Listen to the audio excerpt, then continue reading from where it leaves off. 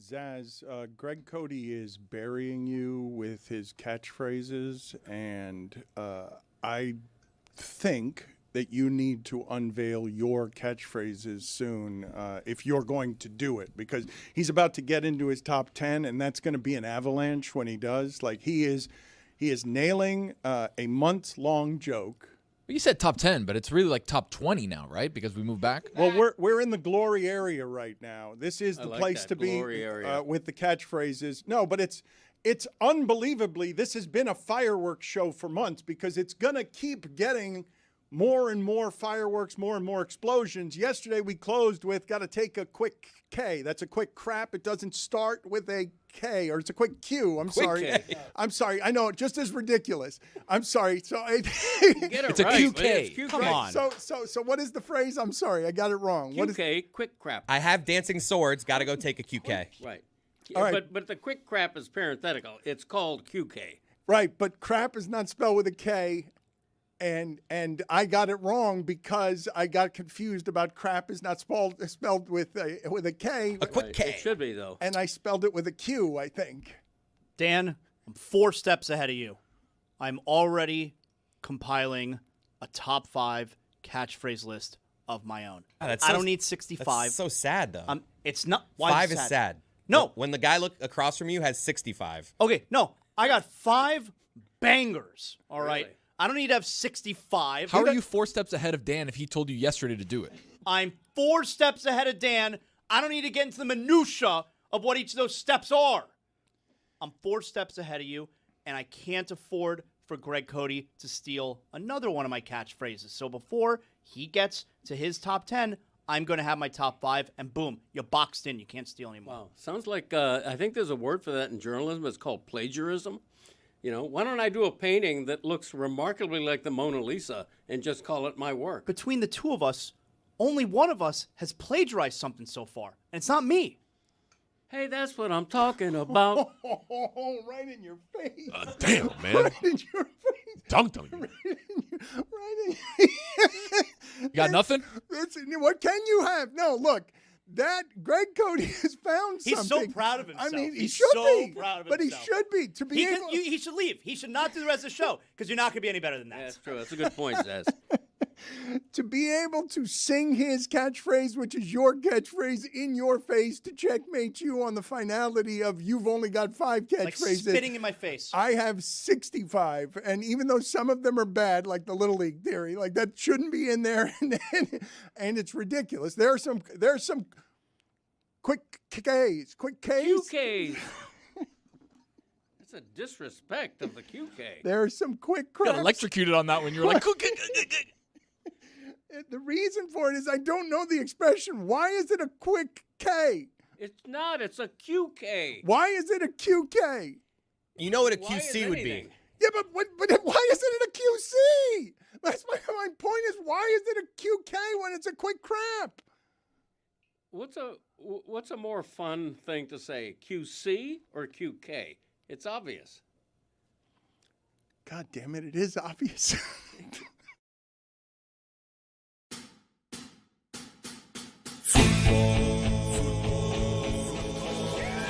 Football is back, Jack. The beautiful game is on a roll, and we'll have an eye on every goal, shouting magisterial. No need to back down. Just park the bus, stop the attack. Will the hand of God put your header back on track? Football is back, Jack. Mbappe's flying through the air. Ronaldo's here for one last prayer. Will Messi come out to play? Or is it victory for the USA? It's corner kicks when the box is packed. That's how you know that football is back, Jack. Let me hear you say. Football is back, Jack. The time is here, open the gates. The long wait is over, so we'll yell, let's go States. No need to back down. Just strike the ball, start the attack. If you say this game's the best, I'll say it's a gag. Football is back, Jack. Football is back, Jack. Football is back.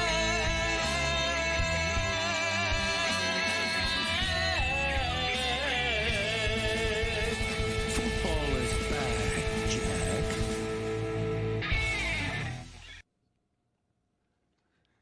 You have heard me talking for a while now about the mastery that is at the top of sports right now, whether it's Ohtani or all the men in tennis.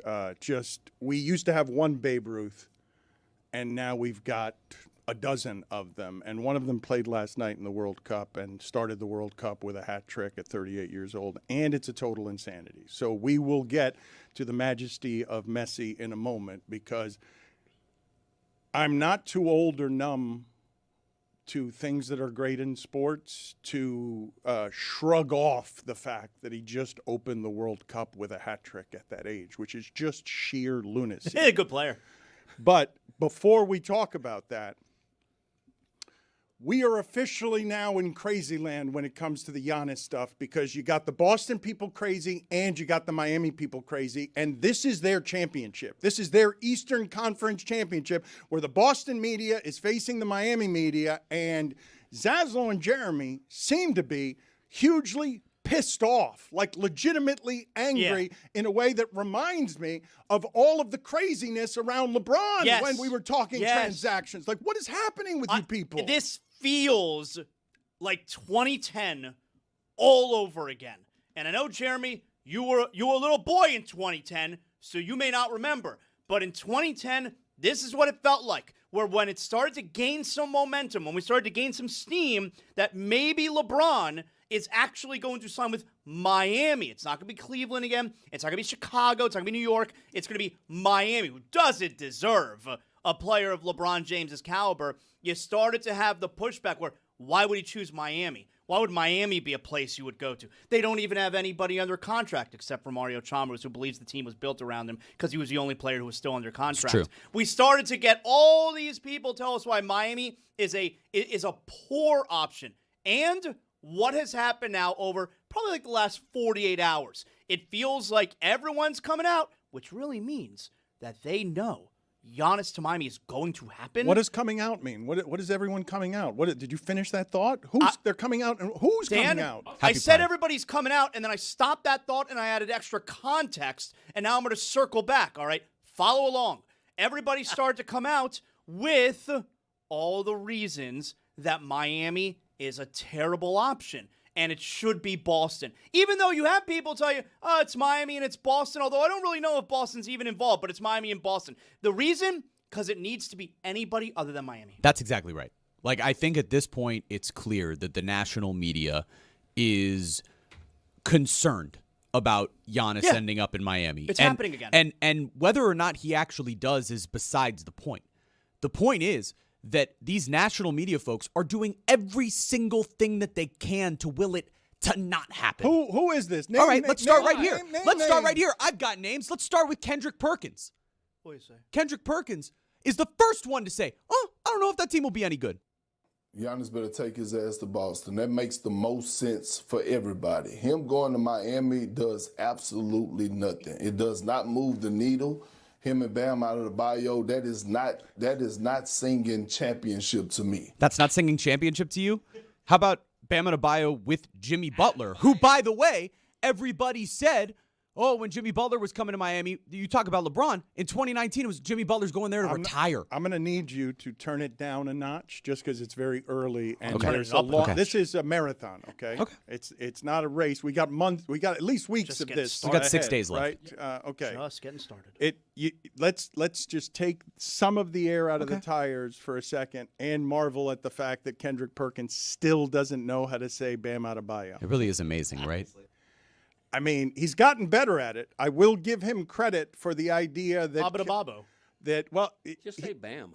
yeah, that would be the way to do it. That's why we go Wemby. That's why.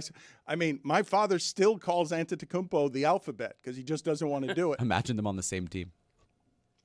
But the reason I need you to turn down the volume on this is because name names. Who are you talking about when you say the national media is conspiring against Miami? Because you sound like paranoid loons with a persecution complex, but I understand it because you have been persecuted in this regard.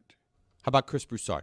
I just don't understand why Giannis, with all due respect to the Heat, wants to go to Miami. I mean, obviously it's a great place to live. It is a strong organization. Eric Spoelstra's a great coach, but it's going to essentially be Milwaukee South. Now look, if they trade for him, they got Bam. So those are two bigs but that's it. that don't shoot, right? Well, Bam scored 83 points. Great organization, great place to live, great coach. I don't know why I want to go there. Let's laugh at Bam's 83.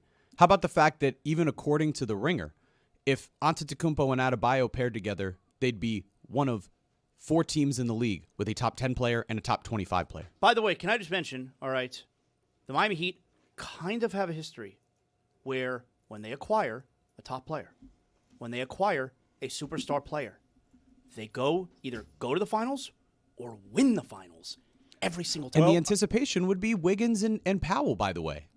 Okay, with the by the ways that you both just did there. There was good by the ways. No, I think Good they were by the ways. no, I think they were bad by the ways, and I'm about to explain to you why. You said, by the way, can I just mention? And you didn't absorb or listen to anything Jeremy said. When Jeremy, tell me what Jeremy said before you said, by the way, because what you said with your by the way was just, I don't want to listen to anything you said. He was making a point and he threw it to you and he wanted you to be impressed. And you just say, by the way, can I mention I wasn't listening to you? Because if I quizzed you right now, you don't know what he said as his closing point, correct? Well, I didn't expect you to call me out on that. I saw it happen because he just threw at you something, a fact that shouldn't have been skipped by that way, okay? Because if he's going to make an accusation that it's a persecution that's happening here with the national media, and you guys are scarred by what happened with Lillard, when you saw the Boston media do that to that trade. Like you watched the voices get pressurized and the front office of Portland become something that just wasn't going to trade Lillard to Miami, and Miami ended up getting very lucky that they did not trade for Damian Lillard. But you guys are scarred by all of this. After 15 years of basketball, this is the most important basketball the Heat play. In the offseason, when their fans get involved in the transactions, and you've seen a couple of times now that Boston has beaten you in both ways. They win the championship, and then they win the offseason of this stuff. And now it's here again with Giannis, and it's not just Kendrick Perkins and Chris Broussard. Tony Kornheiser is saying, quote, I don't think this is close in terms of the basketball aspect of this. You go to Boston. The better landing spot is Boston. Miami finished 10th last year in the East. They got knocked out of the play-in. They got Bam Adebayo, and I don't really know who else I think is any good. Adebayo scored 83 in a game last year, but it was against the Wizards, so it doesn't count. We're looking at a situation, Dan, that I don't like, which is this is going to set up for a spectacular failure when Giannis goes to Boston and we all get crushed one more time and we start looking at free agents of 2029. It is. I feel this impending doom, Dan. I don't know what to do with it. Greg, I don't know if you can help me here because they're making good points. I see the national tidal wave of Boston media coming out and saying, nothing here is good. Who is Khalil Ware? He's Derek Lively. And it's like, wait a second, what happened? Yeah, I don't feel that at all. I still feel like Miami is the front runner and should be. And I'm trying to picture Giannis Antetokounmpo being influenced even one iota by anything Kendrick Perkins is saying or by anything Tony Kornheiser is saying. Giannis is his own guy. He's personal friends with Bam. They have the same agent. He wants to live in Miami. There's a lot of reasons why he would come here. He's got the best coach in the league. All of the stuff that you say as a disclaimer before you say he should go to Boston, those are factors favoring Miami. When Carmelo Anthony was traded once upon a time when we did all of this stuff, one of the things that the Knicks fans always blamed him for is that he made it so that they had to trade a lot of the pieces that he would have wanted to play with. And Bam Adebayo not being traded here is the primary reason that Antetokounmpo would come here. It's top of the list. As Jeremy said when Zaz wasn't listening and wasn't expecting to be called out on it, very few teams in the league would have a top 10 player and a top 25 player. And the only teams that do have that are the good ones. Like there's no such thing It doesn't exist a bad team that's got a top 10 player and a top 25 player, and they're not also a good team. Who are the teams? They're the Knicks, The Lakers, and the Nuggets.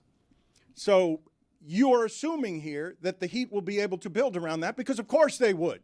And you're assuming here that the Heat will get better because they will find the pieces around those two, because the starting point is, do you have a top 10 player and do you have a top 25 player? Everybody wants that. There's nobody in the history of basketball who doesn't want to start with that as roster construction. What would they actually be losing, Miami, in this trade, all right? Because Antetokounmpo is a major upgrade over Ware, who the coach doesn't even like playing anyway. And then we talk about Powell and Wiggins, who, whether you think they're big names or not, these are 20-point-a-game scorers that are supposed to be your third and fourth best guys. I mean, correct me if I'm wrong, if your third and fourth best guys are 20-point-a-game scorers, that's how you win. Right. I agree. And they're losing. You don't mind losing Hero. Nobody is going to be upset that Tyler Hero played less games than Giannis did this past season. Right. And he was an all-star once, but I don't consider him to be an all-star caliber player. I think he's one level below that. Are we really trying to build up Andrew Wiggins, though, right now? You guys, this is what are you bad doing? look for you guys. This is a bad look for you guys right now. This just doesn't end well for you guys. NBA champion. You guys sound desperate. I don't understand what you're saying there. Wiggins was one of the better two-way wings in the league last year, period. Like, that's not a debate over anybody. All I'm saying is if Wiggins is your fourth best player, your team's good. That's exactly right. He's a starting caliber player in the right. NBA. And if you surround Giannis and Bam with those two players and beyond, you feel like you're in a good spot to start. But I want to get back to the national media and their issue here, because Nick Wright is yet another one. Your boy, Dan, Nick Wright. What do you say? It's ridiculous what he said yesterday. Why are the Heat on the list other than Miami's dope? I love the idea of Giannis in Boston. I love it. I think he can win there. I think it is a good fit. I think that it is a shakeup they need.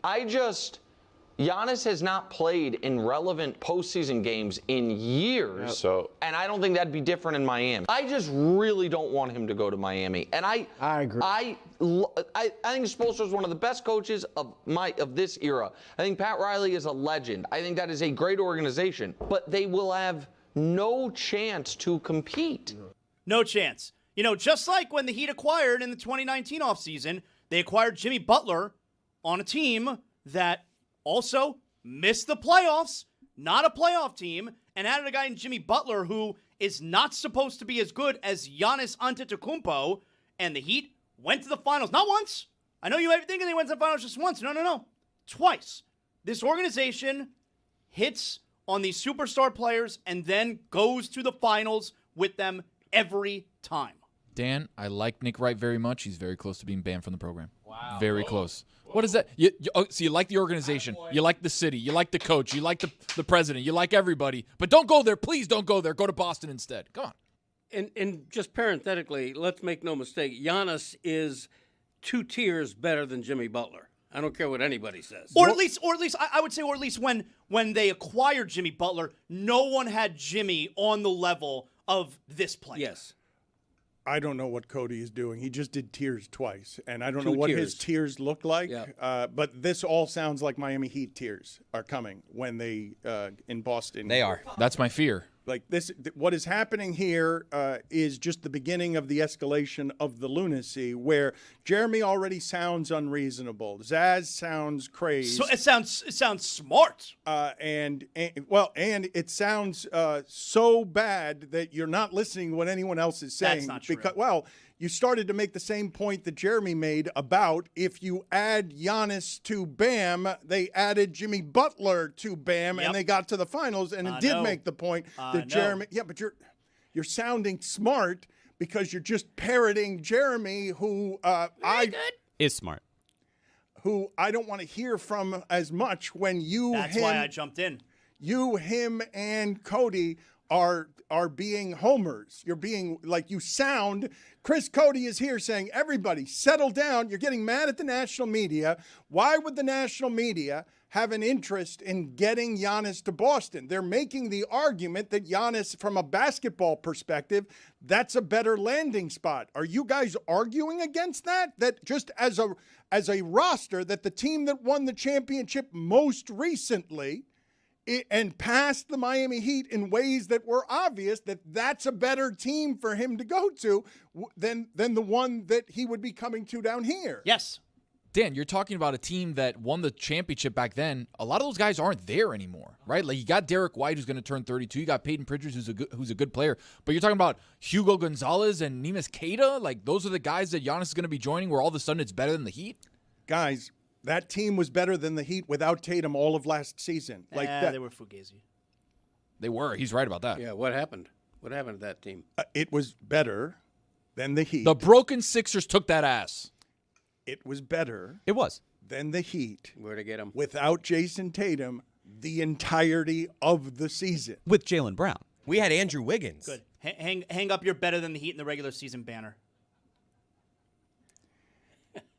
You guys sound, and this is early for this, because there are very few things that have changed more in sports over my lifetime covering it than the obsession with the transaction. LeBron, I think, birthed all of that, but it becomes lunacy. So I'm sure there are many in our audience who are like, these guys are talking about Giannis again, but it has escalated. And we did just watch the last time this happened with Damian Lillard. Like, we watched the Boston media try to make sure that Damian Lillard didn't get to Miami with every opinion they had. Now, these are not Boston guys you're playing. Perkins is, but Broussard and Nick Wright are not Boston guys. Like, I understand where Perk is coming from. Do you have the sound of how he used to say Adebayo and how he now says Adebayo? Bam Adebayo.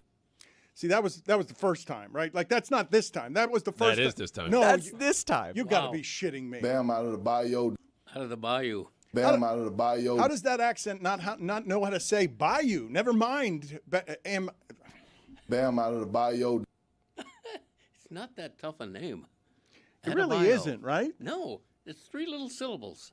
Bam Adebayo. I think he's doing a thing. 4. He's got to be doing a thing, right? If he's doing a thing, it has to be because he was going to go for bayou there. No? Like, it.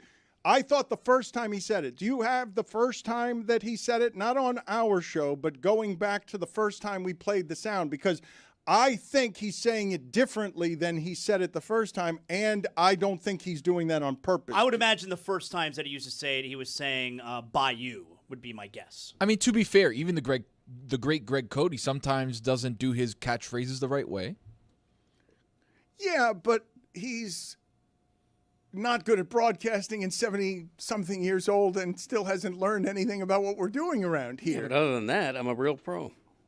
Do we think that this is an Antetokounmpo situation where he's adding an extra syllable and doing Adebayo, since it's kind of similar to Antetokounmpo? Oh, I see what you're saying. No, I don't think that. What do you think is happening here as Roy continues to try and find the way that Kendrick Perkins originally said this the first time we had it? Because I don't think he's doing a thing here. You think he's doing a thing with not being able to pronounce Bam Adebayo? I think that he has a hard time with some words. Like, remember on draft night, the whole Moses Moody fiasco. Moody? Yeah, like I think sometimes he gets a little tongue twisted. And he says the name wrong. Yeah, I'm trying to put myself in Giannis's shoes right now. He's at an age where he's thinking of the end game a little bit. He's 31. He has won a championship. So now he's looking, where do I want to live? Where do I want to retire? Do I want to live on South Beach? Or do I want to live in Boston? It's true. It's not a player who hasn't won. And it's like, all right, let's make sure I go to the best situation to win right now. He has won before. He wants to live in South Florida and believes, it doesn't have to be this coming year, but believes over the next 3-4 years, this is the best scenario. Chad Johnson said that he was shopping for homes in the area. Does anyone know whether that's confirmed or not? He said on Nightcap that Giannis Antetokounmpo was looking for homes. Jeremy, you were exasperated with everything that was being said in here. You were flailing and throwing your hands around. What is it that you wanted to say? I mean, why are you guys doing what they were doing to Jimmy Butler when he was coming down here? You're making it, he wants to retire there. This would be a good situation for him to join. He'd have a guy in Bam Adebayo that's an even better running mate than Bam was to Jimmy when he joined this team. And remember, when Jimmy Butler joined the Miami Heat, they lost their 2 leading scorers from the year before. in Josh Richardson and Dwayne Wade. Yeah. And he joined Not a a team, playoff team where his starting lineup was Dragic, who was great, a young Adebayo, Justice Winslow. And a rookie. Justice Winslow was there. Myers Leonard was starting. That's the team he joined. Yeah, and they went to a championship. Yeah, but and they were first place for a good portion of the season. But clearly, if I said to you, what does Giannis need around him to succeed? You'd say shooting. Like pairing him with Bam just cannot be the best option out there for him. Why? I don't understand that. Those are the two leading players. Those aren't the only guys who play on the team. Norman Powell was an all-star guard last year who was a really good shooter. Andrew Wiggins had, I believe, a career high shooting from three and had a really good year. That front court would be the best defensive front court in the NBA by a long shot, and you still have room to add other players. I didn't know that once you made a trade, transactions were done. I mean, think about how much more open these guys are going to get with a guy like Antetokounmpo on the team. Powell last year shot 38% from three, which is very good. Wiggins shot 41%, which is excellent. These are good shooters. And another thing is that Miami is going to have 2 or 3 very promising young players, not named Kel'el Ware, after this trade, and Antetokounmpo is going to make Miami a much more attractive destination for others looking for a new team. So those are both real factors to me as well. A couple of things that I want to point out about what's been said. If the people listening to this want to laugh at Andrew Wiggins' talk, I understand it. But when Andrew Wiggins was in this position for the Warriors, they won a championship because if Aaron Gordon is your best player, you're Orlando. But if he's your 4th best player, you can win the championship in Denver. If Lamar Odom's your best player with the Clippers, you're not going to be great as a playoff team. But if he's the 4th best player on the Lakers, my guess is that you have a shot when Lamar Odom, someone that versatile, and they did win a championship, is your 4th best player. The things you guys are talking about with Wiggins and Jaquez and Powell and whatever it is that shooting is, the base construction on this is super simple. And if you're making the argument that people would be scared of whatever it is that the Heat do, the argument is this. If you get the top 2 guys, this organization has shown you it's better equipped than most. They'll figure out the rest what I'm saying. later. Yes. Like whatever has to be done after that, that's what you would fear if anyone were fearing a 10 seed. I just don't think that's what's in play right now. They're laughing at what has been a 10 seed, and they're doing what Stan did yesterday when he was on the show with us, and he's like, I don't trust that body. Giannis isn't going to hold up. Like, Stan is telling you he had very little enthusiasm for anything Giannis related. He practically yawned while we were asking him about it. That's what I'm saying. Every time they've acquired one of these superstar players, whether they were a playoff team or not the year before, this organization has put guys around them, and they've gotten to the finals, and sometimes won each time. Shaq, LeBron, Jimmy Butler, they always got to the championship round. Yeah, I mean, look, he's the best. Spoelstra is the best coach in the NBA in the post-Popovich era, and I don't think there's any question about that. And that has to be a factor to Giannis as well. With the factor of him being one of the great players in the league, this national media is so scared that they're now trying to diminish how great Giannis is. Check out Mike Wilbon. Tony, this is interesting to me because I don't believe in Giannis anymore. Giannis is a rumor. Giannis hadn't done jack in the months that matter, which would be May and June since 2021. 5 years is forever in professional sports. Giannis is a multiple-time MVP, a great player, a Hall of Famer, and as you said, a champion. He was that. Yeah. I ain't seen evidence of it. Sorry, a league can now, particularly the NBA, it can pass you by. And with a ton of wings who are 6'9", 6'10" sort of size, DeBanza and Caleb Wilson and those kids coming in the league, Giannis can look obsolete fairly quickly if he can't get his butt out there and contribute heavily, massively in May, June. And I don't know that. I would not rearrange my franchise for Giannis. Tyler Hero leads his team in scoring. He's an all-star. Yeah. I know he's had some injury issues at times, but he plays more than Giannis lately, and he doesn't seem to be the diva that Giannis is. So if it sounds like I'm piling on Giannis, yeah, a little bit for a guy as a player I used to love. I love him less now because I ain't seen nothing lately. A lot of damage done by that last Milwaukee season, and a lot of poison coming from the tension in Milwaukee, the soap opera that makes Giannis the millionaire who's spoiled, who makes a mess on his way out. And so you get a lot of analysis that gets forgetful. I wonder with our short attention spans, when Wilbon says that 5 years is forever in sports, more recently, the lack of patience for anything around here makes it that you discredit a 31-year-old champion that way, who's a legitimate immortal, like is a player that is top 50 for all time. Faster than ever, we will get to you're not an immortal anymore if you have one season where you're statistically good, but it looks like Milwaukee. He said he was worried about AJ DeBanza and Caleb Wilson instead of Giannis. Caleb Wilson? Did you see him? Look, Wilbon can have the opinion that he doesn't believe in Giannis anymore because he hasn't played so much recently, but he doesn't get to make up his own facts. Like when you say that he's played more than Tyler Hero recently, no, this past year, Giannis played more than Tyler Hero. 3 years ago, no, Giannis played a lot more than Tyler Hero. I will not have the greatness of Giannis Antetokounmpo disparaged in a way that gets both forgetful and disrespectful. The last 7 years before the last one, he finished top 4 in MVP voting. It's just a fact. You do with it what you wish, okay? I'm telling you, last year did a lot of damage. The last 7 years before that, top 4 in MVP voting. It's simply a fact. I'm not going to get strident about it. You really shouldn't do that to Giannis. It's disrespectful in this age of mastery where people are so great that you're like, I don't believe in Giannis anymore. When strident. You can do this with the injury and health if you want. You can't do it with the greatness of the play. And by the way, the year that did all of this damage to Giannis's reputation, he averaged 27 points, 11 rebounds, 5 assists. It's stupid. And I don't say that very often. But let's hear from Kendrick Perkins the first time he ever tried to say Bam Adebayo on the air. Bam out of the bayou. See, I thought that might have been on purpose because out of the bayou is a compliment. It's a bit of a nickname, I would say. If is he indeed out of the bayou? Bam out of the bayou. Bam out of the bayou. Bam out of the bayou. Bam out of the bayou. Bam out of the bayou. Bam out of the bayou. Bam out of the bayou.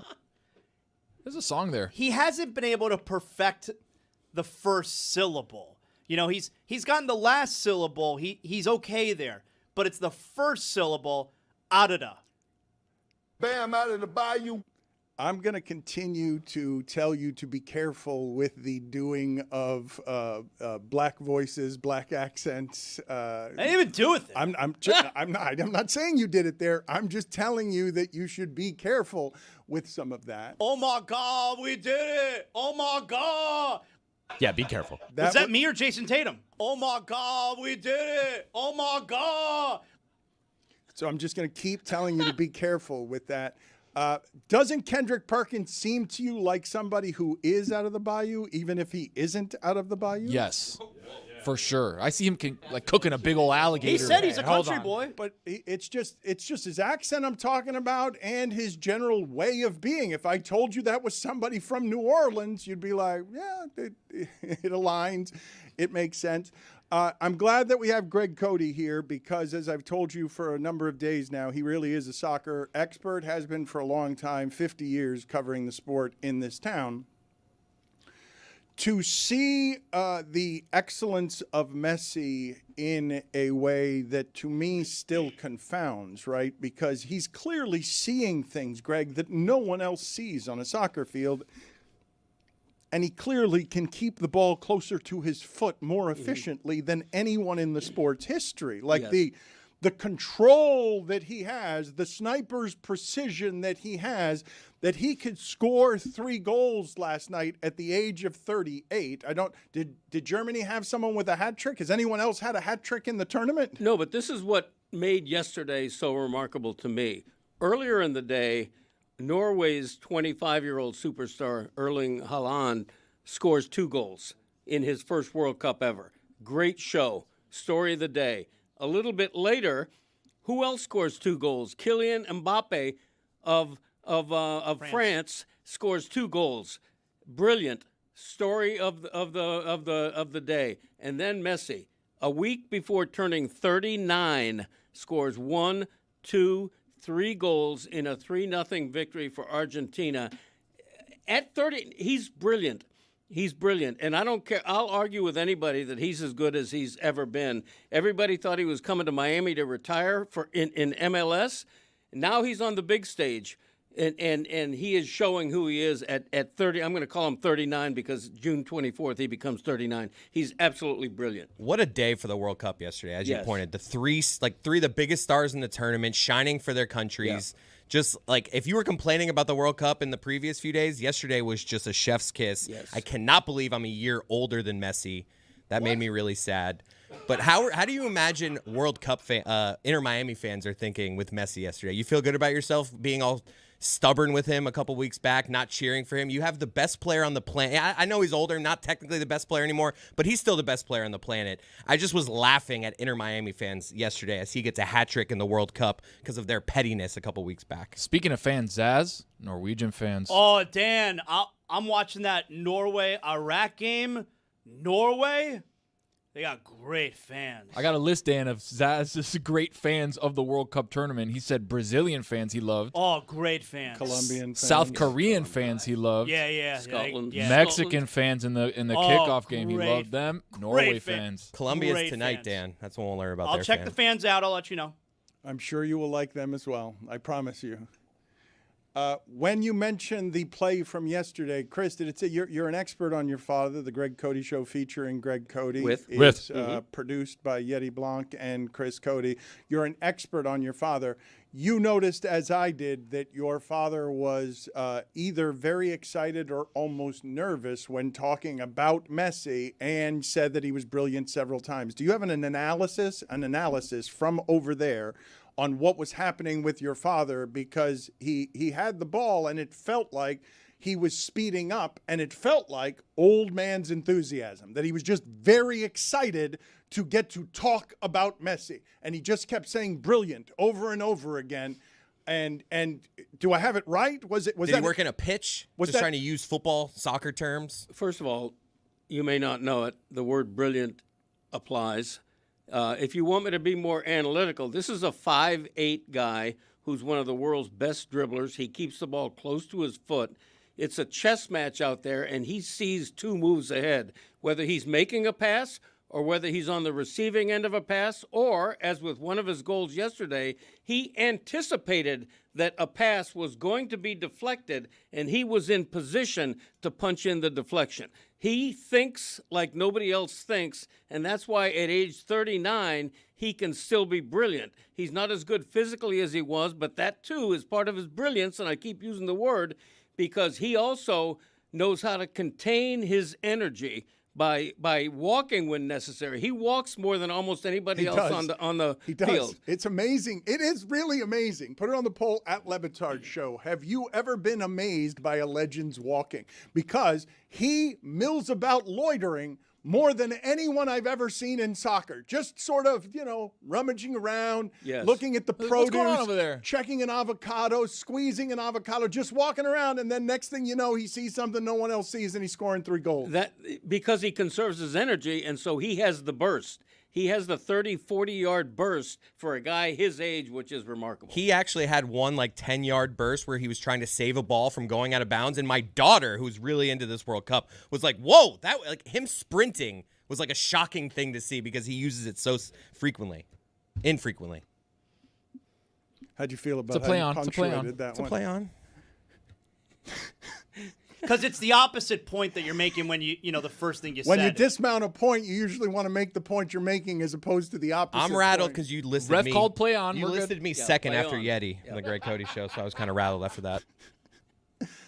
When we talk about the conserving of energy, I'm curious, have you guys heard in the analysis of the NBA Finals Have you guys heard anything about the analysis being tied to, instead of some sort of youth or mental frailty on the Spurs, the idea that you're not going to have your jump shot if you're really tired at the end of games, at the end of a long season? Like, that it's not that the Spurs didn't know what to do at the end. It's that fatigue makes cowards of us all, and they were more tired for whatever the reason is, because Brunson is better at not being tired late in the game, while people have talked about Wemby's conditioning problems. I think I've told you before, Michael Irvin's definition for discipline, when he was getting into all sorts of trouble off the field and people were saying distraction and idiot and doesn't have focus and doesn't care about football, what he said about discipline is, no, man, discipline isn't what I'm doing over there. Discipline is the fourth quarter. It's hot as hell. I've been playing all game against this guy, and now there's a hard count, and I don't jump off sides because the tired didn't affect my judgment. Have you guys heard a lot about the idea from anywhere that the Spurs, at the end of a long season, playing physically against that team, that it wasn't that they didn't know how to win at the end of all 5 of the games. It's that at the end of all 5 of the games, they were more tired than the Knicks. I've heard specifically to Wembanyama that the Spurs, Mitch Johnson, they did not do a good job preparing him for those minutes. I mean, he averaged like 29 minutes a game, I think, in the regular season, and he averaged 29 minutes a game the first 2 series of the playoffs as well. And then all of a sudden, starting against Oklahoma City, he's playing 39 minutes of the game. So I have heard pertaining to Wembanyama that they did not do a good job preparing him for that. That's a great point, Zaz. And also, if you look back at what Mike Brown and then even before that, Tom Thibodeau was able to do, he was able to grind the Knicks into 5. You know, you got your starters, you're going to play 40-some-odd minutes. And that kind of grind, that kind of boot camp allows you to be ready for massive minutes late in the season. Listen, people can say what they want about the way Pat Riley used to drill the Miami Heat in those days, but he did it so that the practices were harder than the game. That sounds like a big excuse. When you say that we were tired or they were, you're giving them an excuse when you say they were tired, too tired to make a jumper. Both teams played 100 games, okay? Both teams played the same number of games. Why can't it be an explanation, though? Why does it have to be an excuse? Because you have Wembanyama a few days ago saying something to the effect, I think we dominated a lot of that series. Okay, I don't think you can say we dominated a lot of that series and then nod your head when somebody says, were you tired? Ultimately, I saw someone say online that really the reason that Wemby was tired is because normally he goes to bed at 9 o'clock. We all talk about that. He goes to bed at 9. Roy, I know you were talking about it yesterday, that you were struggling only working on 3 hours of sleep. And if Wemby's sleep was really thrown off, I mean, there's nothing better in the world than getting a good night of sleep. You know what? Night.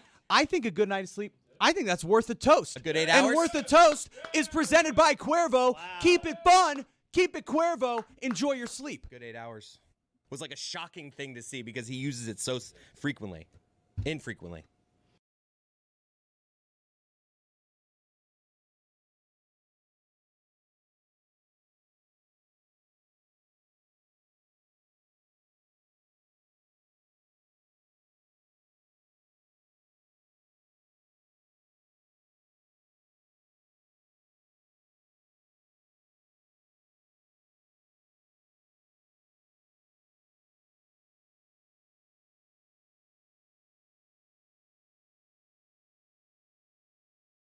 Chris Cody and Roy revealed this to me. And Roy, I don't know the context of what it is that you guys were talking about that revealed this about Chris Cody. Yeah, Chris asked me what the sound from the first down for the Dolphins games were. And I said it's just a noise I've made throughout my entire life. It's just like I just did it. Hoo-wah! Yeah. And to me, that's another Miami Dolphins first down. Well, let's find out. Let's find out if your dad knows, because he's not a real moviegoer. Instead of impersonating the sound, do you have the actual sound? Greg Cody, do you know who's making this sound? Hoo-ah! I do. Clark Gable. Come on. It's the famous actor. Rock Hudson. Oh, this is great. He doesn't know it. No, it's the famous actor. And I got to pin his name down because I don't think you should be able to say this immediately. I don't think it's Robert De Niro, no. But I think it's in the neighborhood. In the neighborhood. Give me a second. Robert De Niro. Humphrey Al Pacino. Hey, there you go. If someone said that in his headphones, you're fired. Now, No, what movie? nobody said what that. movie? It's APAC. What movie? Streetcar Named Desire. You ain't you. No, you're not man enough to know the truth. Something like No. That's A Few That's Good the one I Men, bought. and that's A Few Good Men. Good answer. Good answer. And it's not, you're not man enough to know the truth. I You can't handle the truth. Still no. It's a different Damn it. movie. Seriously. Pacino was not Tell me in you're it. not man enough to know the truth. That was originally a line. Nicholson ad-libbed. They Put kept it on the poll that at was Le Nicholson. Batard Show. Was Pacino in A Few Good Men? Was a blind Pacino? Okay, who did he say? Who Dad said on a hoo-ha hot in tin what roof. movie? Let's keep going. Let's see how long it takes you to get. Play it again. I think did he win an Oscar? I think Yes. he won an Oscar Yes, he for won this. Best Actor. Bull Durham. No. Good answer. Good answer. Put it on the Raging poll. Bull. Raging Put it on Bull. the poll. Raging No. It's a bull movie. just naming De Niro movies. Red Bull. I don't know. Put it on the poll. Was a blind Pacino in Bull Durham? Chicago Bull. And put it on the poll as well.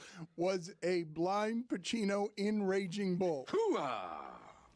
First of all, it's a really random thing to have stick in Dolphins. I say it all the time. No, but it's been for 30 years. That movie's 30 years old. I don't want to tell him what the movie is. Keep guessing, Greg. Keep trying to guess what the Al Pacino movie. How many Oscars has Pacino won? Because he A Few Good Men. You already guessed that, and we already told you that it's not A Few Good Men. Okay. And you're not man enough to handle the truth. Right. Okay. Classic line. It's got a military theme to it. I just can't come up with a It's name. not a military theme, but I think he's a former military guy. Okay, Dad. He was a colonel. There you go. Patton. Colonel Sanders. I don't know. I'm never going to get it. I don't know movies. Wow, it's his only Academy Award. The Greg doesn't know scent movies. of a Woman. See? I told you I was going to get it. Your son had no idea where that sound Where I was get it from. from. This is really? 2 generations of idiot. Pop No. culture idiot. I knew it was Al Pacino. Greg, you cannot listen to De what you Niro. just did for the last 4 minutes and say that that is some sort of expertise that you're bragging about. First of all, I speak for moviegoers in general. Al Pacino and De Niro are always interchangeable. They're always mistaken for each other. They're the same person. De Niro could not have been the devil. They've won the same awards. They're like the same people. They were only in one scene together, like in their movie careers. I know, but they're parallel lives. And you know it. Put it on the poll. Do you often confuse De Niro and Pacino, and you know it? At Le And you Batard know it. Show. You're going to have to wait for that one. Exactly. That was staggering. Even by the standards of the Greg Cody Show featuring Greg Cody, where your son Michael asks you movie questions and you flail and fail and get them all wrong. Even by those standards, that was an amazing amount of ignorance. Nick, before we let you talk about the Steelers, you're in luck because we have the Love Doctor. The Love Doctor is here. He is ready. He is in his office right now. Dr. Greg Cody getting everybody ready for Mother's Day this weekend. And we have questions. The Love Doctor is going to have the answers. Who's up first? I know a lot of people are going to come to you and they're going to want to know, how do you keep it interesting? Me, I'm not interested in interesting. So how do you keep it predictable? How do you keep it ho-hum? How do you just let it just be? Was that Jason Tatum asking that question? Young lady, you are my kind of gal. That's my lane. That's my lane of romance. I invented predictable. Nobody has perfected the art of dull routine like yours truly. As a matter of fact, little inside information here, my wife and I schedule our naughty time months in advance, like doctor's appointments. Quite often, she'll have to cancel because she said something came up. Unfortunately, sometimes I'll have to cancel because something didn't come up. That kind of thing. It's good luck for us. Do we have another question for the love doctor here after such great advice? With Chris listening. Oh, we're doing it, baby. What are you guys doing, man? Oh, you want question number 2? Yeah, let's go question number 2. Oh, yeah, Greg. Hey, man, I need your help, man. So I'm out of town for Mother's Day, trying to figure out what can I get my girl for Mother's Day in another city. Oh, wow. Buddy, I'm worried about this. Not one, but 2 of the love doctor's marriages began rending like cheap fabric when Greg was either out of town at a sporting event or away at a doctoral conference. And the exes were doing the clandestine bumpy bump behind my back. Jack, I suggest you get your girl, which you'd never expect, a private eye to keep an eye on her randy ass. You know about that randy ass, Nick?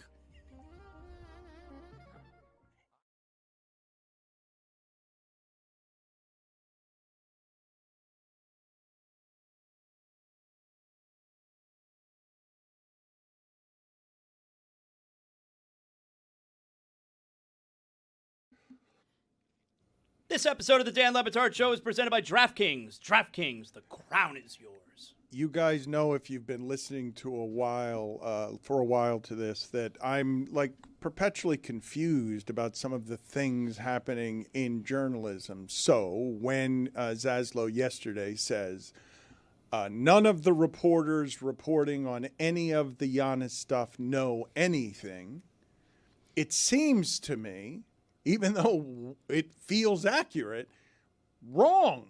Like morally wrong for a bunch of people in journalism to be talking about this at all times and to leave you with the impression that nobody talking about anything has any expertise or information that's real. So I want to know who you guys trust when Gary Washburn of the Boston Globe says flatly the Celtics are not shopping Jaylen Brown. This is a reporter for a newspaper. I know Greg and I, if somebody does it for a newspaper because of where our standards are, we know that stuff has to be vetted. We know that stuff has to be accurate. You know you're not allowed to make up sources. You're not allowed to make shit up. You can make shit up on radio. You can make shit up on television. That's not something you can do in newspapers. So for me, when a newspaper reporter says that, I tend to believe it, but I think Greg and I are in the minority on this. I don't think most people, when I say Gary Washburn of the Boston Globe says flatly,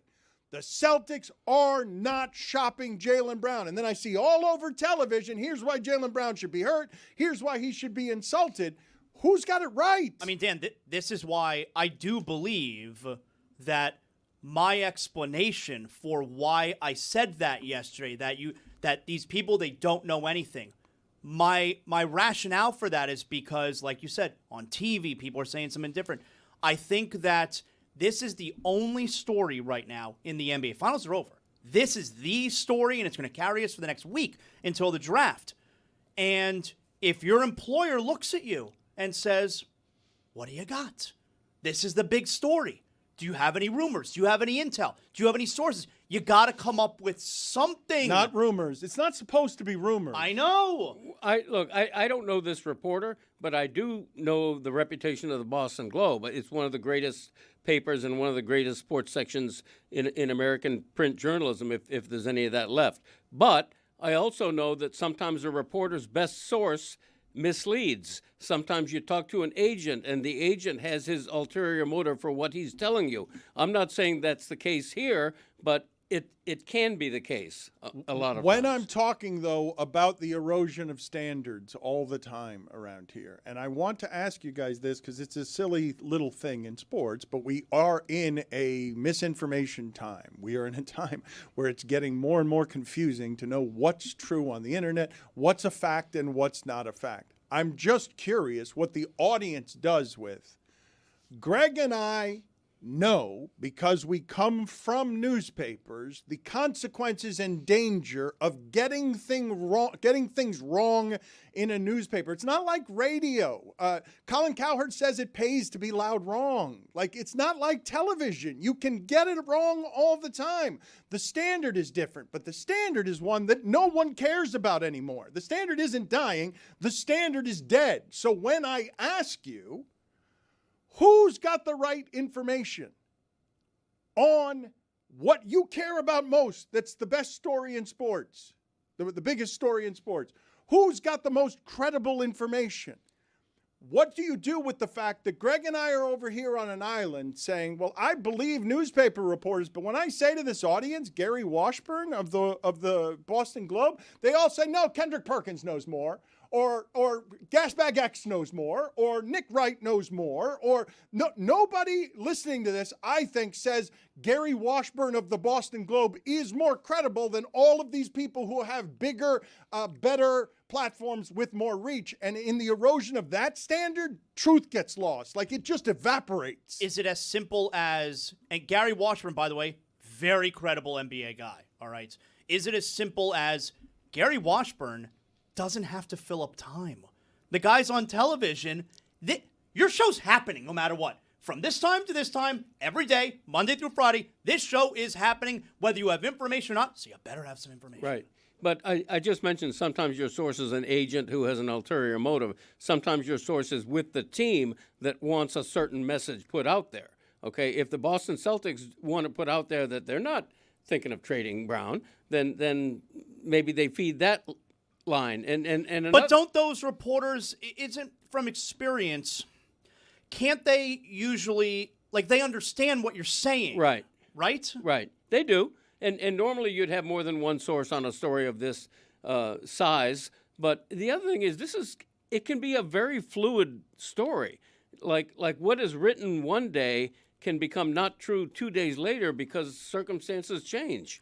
I'm asking you, though, you're offering me all the qualifiers. And what I'm telling you, Greg, is no. You can't go to print with what a source says if you haven't verified it and think it's a lie. No. The standard that you're talking about right now, you're lowering it to where I'm saying the standard has been all of my life on reporter, not columnist, not opinion person. Right. And this is a distinction I don't think most people make. I don't think that the grand majority of people listening to this make any sort of distinction between the person who's in a newspaper who's giving you facts and the person who's on television giving you opinions. I think most diehard sports fans know that difference. I think the casual sports fan 100% thinks what Nick Wright is saying is just as informed as reporters. But I do think the diehard sports fan can tell the difference between a guy giving opinions on TV and a guy who's breaking news. So if I ask this audience right now that the polling's going to go well for Gary Washburn of the Boston Globe if I put him against any over of the... Kendrick Perkins, who do you trust more to break news in the NBA? No. Who's more credible? Not break news. Who's more credible? Their information is correct. When you start skewing the lines between facts and opinions and you give the bigger platforms and the bigger rewards to the people who are giving opinions, facts get lost. They get drowned. When you're giving all the money to the people who have to fill the time with rumors, with I've got to have a hot take, like what gets lost in that avalanche is there's just no way, none, that this audience thinks Gary Washburn of the Boston Globe is more credible than Chris Broussard, than Nick Wright, than Kendrick Perkins. Bam, out of the bayou. And you think so, really? I believe that. You guys think I'm wrong. I think I think you're wrong to an extent. Maybe you're underestimating the audience a little bit there. Like maybe the super casual, like really uninformed fan says, "Hey, that guy's on television. He must know the most." But I don't think you're giving the audience enough credit in that spot. My credibility vote would go to Washburn in this case with very little hesitation. But I also acknowledge that chances are Kendrick Perkins has a good friend who knows Jaylen Brown very well, more so than Washburn does. You know what I mean? Like Kendrick Perkins probably has more inside information in terms of knowing somebody who knows Jaylen Brown directly. The problem becomes that the facts guy are usually boring and you don't put them on TV. The hot take guy is the entertainment of what you want to watch. Gary, God bless his heart, Gary Washburn might be a great guy, but he might be kind of boring. That's why he's not there with Kendrick Perkins. That's why he's writing a column on the Boston Globe. Dan, I think the thing that skews it and goes back to your original point, thank you, Chris, is if you put Boston Globe in parentheses on the poll, I think people will be like, oh, okay, yeah, I get that. If you put Gary Washburn, nobody knows who that is, respectfully. Put it on the to poll him and then. his family. Put it on the poll. Who's more credible? Wait till you see how this one comes back. Who's more credible, Gary Washburn of the Boston Globe, Kendrick Perkins. Bam out of the bayou. But I feel like we could word that differently. Just the blanket statement of credible, I think you're going to win. But if I put who do you trust more on NBA news? Yeah. Kendrick or Gary Washburn? That's not the same thing. I'm telling you, though, you just like those are different things. No, but blanket credibility, because it's just like, oh, he played in the NBA, he's got to be credible on the NBA. If we're talking about breaking news, I trust your information. But credibility on what? Like credibility on what to buy? Like who? Who played better today? Okay, obviously Kendrick's more credible. At the store. Yeah. Whose information is more accurate? What do you mean, yeah? How can you defend that you jumped up in the air? Danny. Got caught in the air. How can you defend that you jumped up in the air with what you thought was an analogy, then you just said... What do you mean, like the produce section? Yeah, oranges? that's right. Who's got more credibility? Picking the apples that don't this have any is what I bruises. just saw, right? The melons? Zaz jumped up in the air for an alley-oop. He grabbed the ball and threw it out of bounds. Like he did not have any idea what to do with He's the got ball. more credibility picking the bananas that don't have the bruises. That's important. The avocados that aren't ripe enough. The fact that we don't know what facts are anymore, that part is skewed. The idea, and I know, Greg, that you and I are going to be biased about this, and I'm not going to lament it anymore after this inside of this segment, but the fact that the person watching this, that Zaslow's saying to me, Dan, you're underestimating the audience here. What I'm doing is actually talking about people I've talked to over 30 years who don't care about newspapers the way I do. And I'm always sort of marveling that they don't make a distinction between what the columnist does and what the beat reporter does, that nobody cares about journalists as much as journalists do. Nobody thinks about this stuff very much at all. So when I tell you, Kendrick Perkins, if he tells you Jaylen Brown is going to be traded, and if Gary Washburn tells you or writes Jaylen Brown is going to be traded, I believe that we've gotten to the point now, it's taken a long time, that more of the fans believe Kendrick Perkins just because he's got the louder microphone, the louder megaphone than of the Boston Globe. That means something to me and Greg. That makes Roy make dinosaur sounds when we talk about poor Gary Washburn of the Boston Globe. And I want to put it on the poll, please, at Le Batard Show. Bless his heart, Gary Washburn, yes or no? Bless his heart. I would bless his heart. Might be great. Yeah, I would bless Tony, his heart. I've never heard you say that, you preface a point you're making with a bless his heart. Yeah. Why did Gary Washburn, of all people you've ever talked about, why did you bless his heart? Yeah, because, bless his heart. Like you don't even know him. I don't know him. Like, I picture him kind of like a Greg Cody. Can you like, bless someone's heart that you know? I do enough. But why? It's a good question by Zaz, okay? I want to know what you think you were avoiding by sending blessings toward the heart of Gary Washburn. I just wanted to throw that in the beginning just in case if I came down hard on him, I had the blessings on the front end. It's right? the same thing as the Broussard and all these sounds of like, oh, Spoelstra, a good coach, great place, but don't go there. You're just undercutting everything you say right before it. It's just like I was going to call him not entertaining, not knowing him. He might be great at parties. So you blessed his heart. So I blessed his heart on the front end. It's accurate. Kendrick Perkins doesn't need the blessing of his heart. He's entertaining. He's good. I don't have to worry about that. I condone Tony's blessing of the heart of Washburn. If Washburn's in the room here and sneezes, I bless him. Here's why I don't condone the blessing of his heart. This is the reason I don't. You're anti-blessing his heart? I am, and I'll tell you why. I'm against the blessing of the heart of Gary Washburn, and I've got conviction about my stance here. I will not bless the heart of Gary Washburn because that's pity you put in a costume. That's insult. You condescended Gary Washburn. You pitied his heart as weaker than your heart and said, God bless it, my heart's better. That was an insult that you disguised as a God blessing. That's how I get the dollar back from the cashier. But then you got a penny. You did fraud where you took a penny from the cashier by confusing the person with the math. And what you just did was you blessed the heart of Gary Washburn and you covered it in pity. And he doesn't want your pity.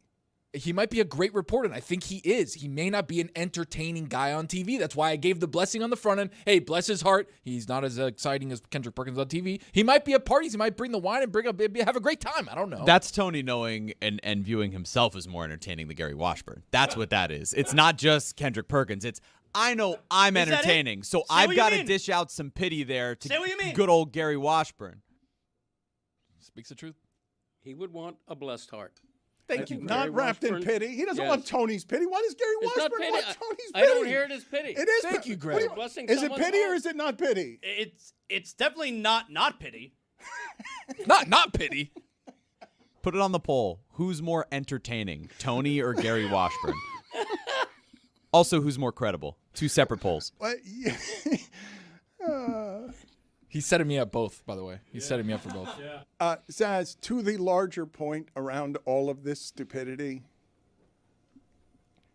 when you can't trust that the information is accurate, is it fair in any way for Jaylen Brown to experience as the part of doing business that everyone is considering whether or not he's being shopped, even though if Gary Washburn and his blessed heart are right, the truth is they're not shopping Jaylen Brown. If that is indeed the truth and we are making a bunch of content out of it, does that seem fair to you in any way? No, and this is also why I believe this deal is going to be done very soon.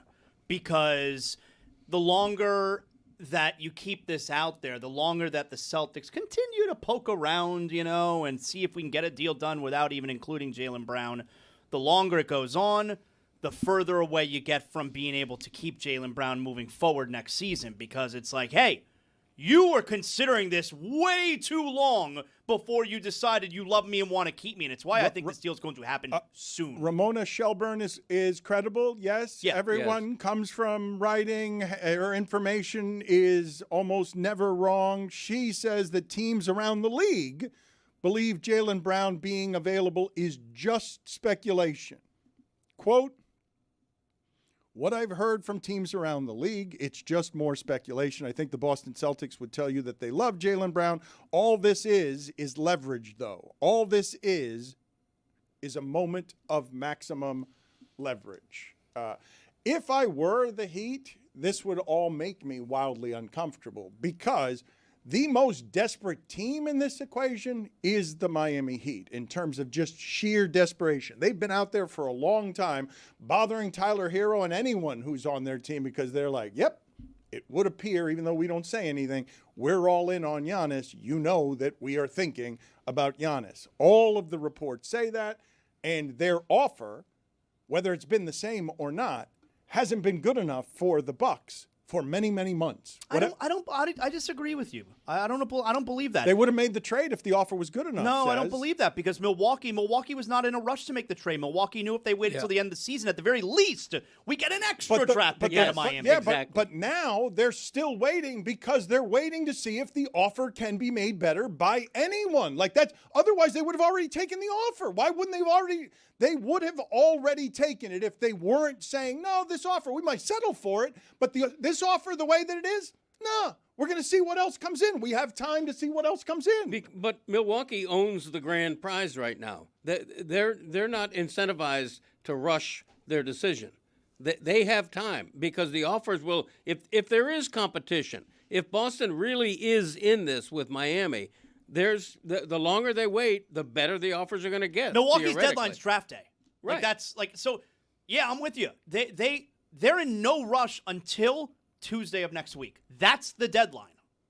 And for everybody talking about the Miami Heat's package and Khalil Ware and Hakas and Tyler Hero and all the picks and stuff, if you're talking about a non-Jaylen Brown trade for the Boston Celtics, you're talking about Vucevic, you're talking about Derek White, Peyton Pritchard. It's not good. Like, there's nothing there. No, it's got to be with Jaylen Brown or it doesn't work. Like, that's the reason that people are talking about it, and that's the reason that there's a difference between all of the reporting. But when we talk about the opinion makers, and you just heard Wilbon crush Giannis, and you heard an assortment of others get very forgetful about what this player is, I will just remind you that we still have this sound from all of the experts as it regarded Jalen Brunson going to the Knicks. Jalen Brunson isn't the answer. It's an awful idea. And for what? To go all in hopes of signing Jalen Brunson? And by the way, He's not a 1. I'm not even sure he's a real 2. And I worry that they're gonna look at Jalen Brunson. They're like, wait, we've spent $27 million a year on this? I think the Thunder are going to destroy them. The saddest sweepstakes ever. The Jalen Brunson sweepstakes. Is Jalen Brunson one of the 10 best point guards in basketball? Maybe he's 10. I don't think he's top 10. I mean, he might not be top 14. I don't think this is a move that puts them into playoff contention. It's got to be something in addition to Jalen Brunson. But it is not going to be the type of player that elevates them into contender status. But, I mean, do we think Brunson is a guy that is going to bring them to a second-round playoff series? He's not. I think the Thunder are going to destroy them. I mean, Kevin Durant is playing basketball in New York City, and you're just, like, talking about, can we get Brunson? I think the Thunder are going to destroy them. The Knicks are acting like he's KD. I'm going to repeat, Jalen Brunson. I heard a lot of voices in there, one in particular that had some bad takes. And Are you thinking the same as I am? I am. And I'm thinking of the Let's guy. on the count of 3. Let's say it. 1, 2, 3. Nick Wright. Yep. Guy had some bad takes on Brunson, and we got to listen to him now about Giannis not being able to go to the Heat. Good timing, Dad. He's very close to getting banned, Dan. Closer than he was last time. That is, in terms of voices and resume, a who's who of everyone got that shit really wrong. Yep. Like that is nuts. Given the result, given what you just saw happening in the NBA, my guess is that you can't do that to any player who's ever won a championship in free agency. My guess is that we will not be able to find a library of sound that is quite that damning in any sport. From that, that's just a who's who of voices you recognize that just got it all spectacularly wrong. Everybody there was saying that Brunson can only be what we've already seen him be, which is no better than the second round. One voice I didn't hear there who was spectacularly wrong, I didn't hear Gary Washburn's voice. It's because his heart was blessed. You're welcome. This is a heart. What do you mean, because his heart was blessed? His heart was blessed after that. That's not because his heart was blessed. You were just trying to make a... You don't know that. You were just trying to make a heart as blessed, Joe's, when you heard Gary Washburn and it didn't have anything behind it. You don't know when that montage was made. That's right. I do know when it was made. You saying Roy can't get it done that quick? You blessed the heart of Gary Washburn again because you just wanted to go back to that joke even though you didn't have anything behind that joke. It's a good joke. It was a good joke the first 9 times that we made it. You went back to it, and you could have made it well, but you did not. Yeah. Kind of like Jeremy did that toast at the end of the first hour. Come on. Everybody loves some sleep. Dan, I know you love sleep. You toasted sleep. A good night's sleep? Got to get my 12 hours. Wemby goes to bed at 9. We have to do the product placement better than that. That was a real thing I would have said whether there was a toast or not. Shout out to Cuervo. You have to get better at the product placement there. You toasted sleep well beyond the clock's expiration on our hour because you just forced in a read and then you gave it a broadcaster's cheesy schmarm on it, a toast. It's just how I talk. No, that's not so true. heavy-handed. No, that's not. I am heavy-handed. Jeremy, it's not how you talk. It's how you talk on television. Yeah, what are you talking about, Dan? I never overact. All right. Enough. It's not how you talk. And I get paid the medium bucks to do that, all right? Let's hear you, Marlins fans. Let's do it. All right. Now we're too close to the bone. They're going babies in the air. That was authentic. Greg, I want to admonish you for what I believe to be bad parenting. Your son, Christopher Cody, while allegedly an adult, but actually one of my boyfriends, is somebody who doesn't know how to behave in some very easy circumstances. And I don't know if Chris Cody has gotten more criticized for any behavior. I don't know if you have a top 5 list of behaviors that you've been criticized for around here. But him leaving the shopping cart wherever it is that he wants at the grocery store without taking it back has gotten him very criticized. Do you do that? I try not to. Okay, so you do that. No, as Damashek would say. No, you can either do it or you don't do it. No, that's not true. Unless he could be in the middle. No, you can't be in the middle on this. If I park, you could be sometimes. If I park next to the corral and it's convenient for me to bring it back, Jack, I'm going to bring it back. If I park 100 yards away from the corral, I'm sorry, I'm not committing a felony here.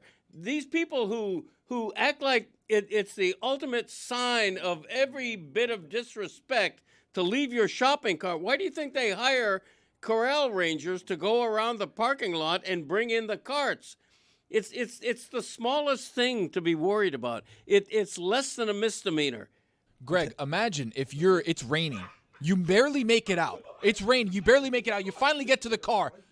And what? You're going to go over and you're going to put it all the way back? That's right. It's crazy. That's right. I'm telling you, use your common Dad, sense. I'm telling you, the internet will not let you live this down. I said this like 6 years ago, and once a week I still get a tweet about it. I'm going to float out a theory. I'm not saying that I agree with this. I'm floating out a theory. I'm taking the temperature of the room, okay?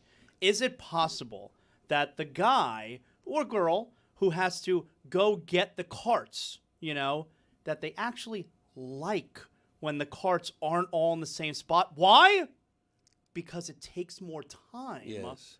And that's closer to getting off. Bingo.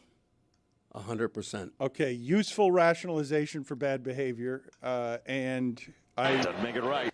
It doesn't make it right, but I haven't even actually gotten to my point because I think this is the second most egregious of your son's offenses, and I want to see if he learned this from you because you tell me which is the worst offense. I'm going to ask this of the audience, and I'm going to ask this of Zaz because I can't believe that your son does something that I believe is worse than the behavior that I think he's been most criticized for by our audience. Your son puts back grocery store items that he takes off of the shelf wherever he is in the store if he no longer wants them. He puts it wherever? That's right. Now I have one caveat to this. If it will get ruined by staying out, milk, eggs, something refrigerated, that I'm not a monster. But if I have like a can of cream corn and I get a text from my wife, hey, we got the cream corn, you don't need it, that thing's going back on whatever aisle I'm at. Good point. Just if Good it point. If it can't be ruined, Wait a minute. If it can't be ruined, it can go wherever I'm at in the store. It's going from the cart right to the nearest shelf. So you're putting a can of cream corn next to the toilet paper and paper towels. Zagak. Yeah. That ain't right. That's not right. I defended you on the shopping cart. What's better here? Because there's a couple options here. There's going all the way back to where you got it from, which is just a ridiculous thing to expect. Impossible. It's 3 aisles. The other move is you go to the checkout lane and you just kind of like say, That's acceptable. I just don't want this. Acceptable. And then they take it. That is acceptable. That's the way to handle that. Yeah, but for me, it's just I like to have a cart that I know I'm getting everything in it. I don't want to have this can of cream corn in my cart for the next 7 aisles if I'm not actually going to get it. Okay, having said that, I used to be friends with a store manager, a grocery store manager. What happened to the friendship? They moved to the mountains in North Carolina. Thank you for that follow-up question. Anyway, Chris. it's a valid question. I could give you his name if you wanted, but you know. No, yeah, well, you usually do. Yeah, I know. And so whatever happened to your friendship with blank? They moved to the hills of North Carolina. But I want to tell you this because it's informational based on what he said. As supermarkets hire people whose job it is to go collect stray shopping carts, supermarkets also assign someone every day with a shopping cart to go up and down every aisle and look for that corn next to the paper towels. So I'm creating work. Yes. So there is somebody assigned to remedy a situation created by Chris Imagine Cody. how boring that person's job would be without me. I know, but you see it all the time. They find it fulfilling. Great rationalizations, all of those. Like, imagine how bored they would be. Also, you know what you can do? You could just make it, I'm not actually doing anything wrong. I'm leaving treasures all over the grocery store. That's how I look at it. Now you got the right idea. For a person to find fulfillment in their work that they didn't previously Now have. you got it. You're creating a job. for people. What's this corn doing over by the greeting cards? It's job creation. I want to understand what you think you're doing that's not immorality. You think you're creating jobs, so you're good for capitalism. You're creating fulfillment and happiness for someone who might be in an unhappy job, and you're just burying treasures all over the grocery store. Imagine that person that's doing that classic greeting card peruse, where you're just standing about 3 feet back from it and you're just looking at all the cards. Which one am I get? Mother's Day, birthday. And all of a sudden you're scanning your eyes and you see a can of cream corn. Come on. That's good, clean fun. The slots are small. How'd you fit the cream It's corn a tough there? fit. I'm telling you, I think the person who collects the carts, if they see that there's a cart on the other side of the road, I think they're excited. I'll go get it. I'm going to take 10. I got this one. Yeah. You pop in your AirPod, you listen to a little bit of music, Right. you take some along. I'll go get that across the street. Oh, wow, Chris Cody didn't put it in the special place of the cart. I'm excited about this. This is an adventure. Yes, and I'm going to take it one step further. Do it, Dad. I'm going to leave a can of creamed corn in the shopping cart that I leave in the parking lot. That ain't right. He got his catchphrase wrong. That ain't right is not one of his catchphrases. I have a number of different poll questions. It isn't. Here. Who said that? At Le Batard Show. Would you ever leave a can of creamed corn where the Mother's Day cards are? That's first, okay? Because that is aggressive. What you've just said, like, I imagine you taking a can and putting it with other cans that aren't where that can is. That's more confusing. No, but what you're doing now is if you're putting it over near the cards, if you're not, like, you might as well put it in the bathroom. Like, I would. Just throw it on the floor. I mean, if you're putting it near the cards, you keep getting more and more aggressive. Ribeye steaks. But I want to do a couple of these as poll questions, okay? At Le Batard Show. Worse offense, leaving your shopping cart wherever you want, or leaving the can of creamed corn wherever you want in the grocery store. I had a couple other doozies on my Mount Rushmore of bad things if you wanted them. Okay, so it's not picking up my dog poop. I've said that I've That ain't right. done that in the past. And I've also made the argument for, there's no law that I have to go fast in the left lane. Like, it's just like an unwritten rule. I don't know if that's true. That ain't right. I mean, it's literally called the express lane.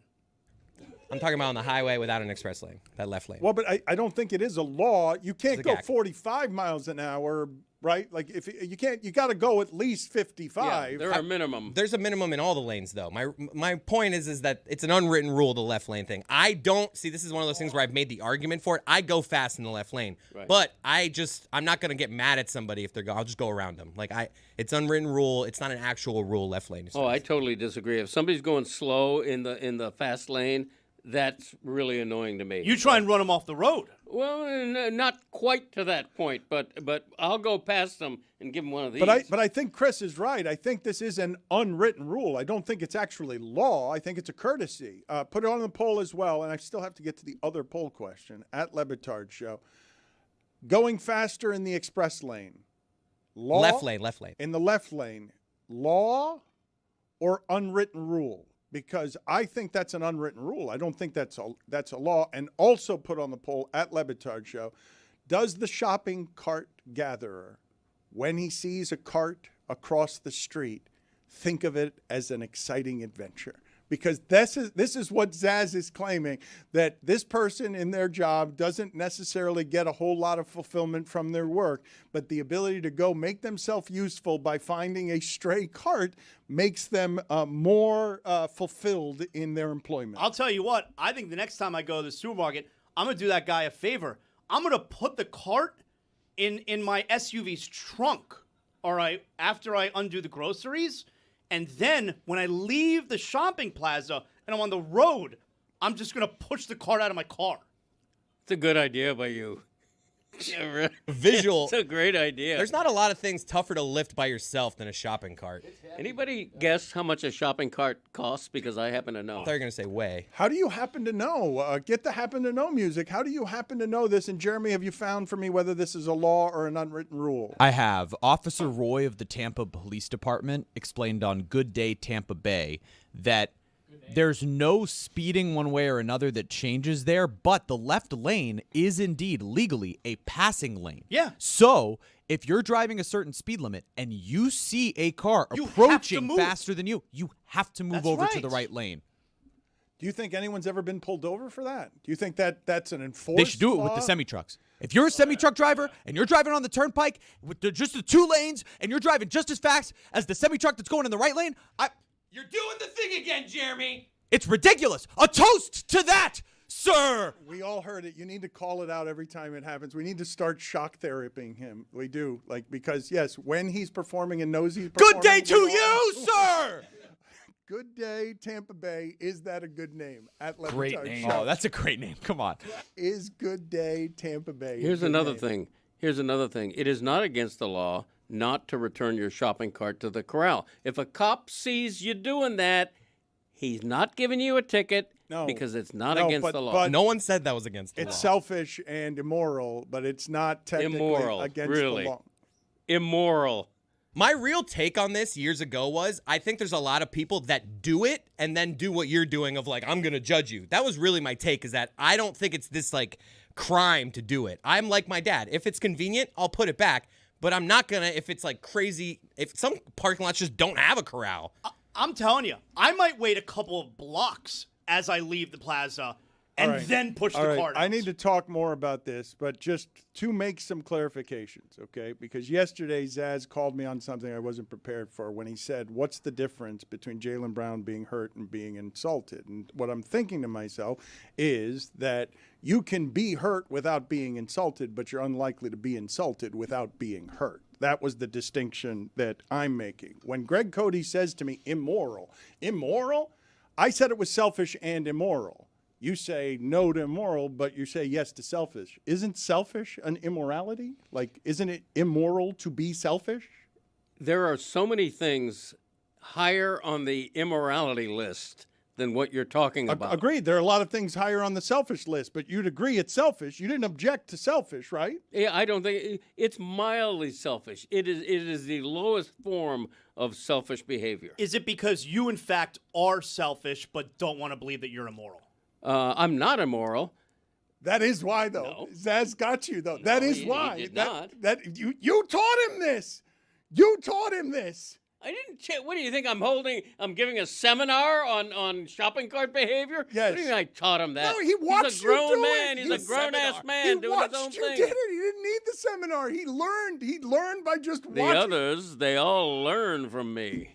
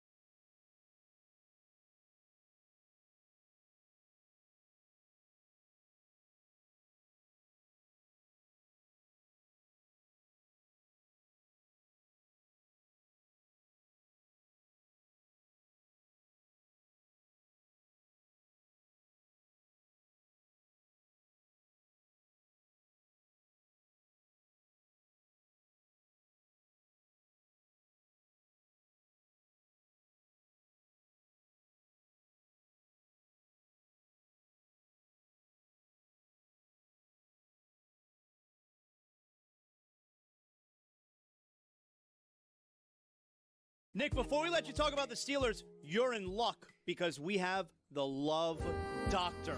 The Love Doctor is here. He is ready. He is in his office right now. Dr. Greg Cody getting everybody ready for Mother's Day this weekend. And we have questions. The Love Doctor is going to have the answers. Who's up first? I know a lot of people are going to come to you and they're going to want to know, how do you keep it interesting? Me, I'm not interested in interesting.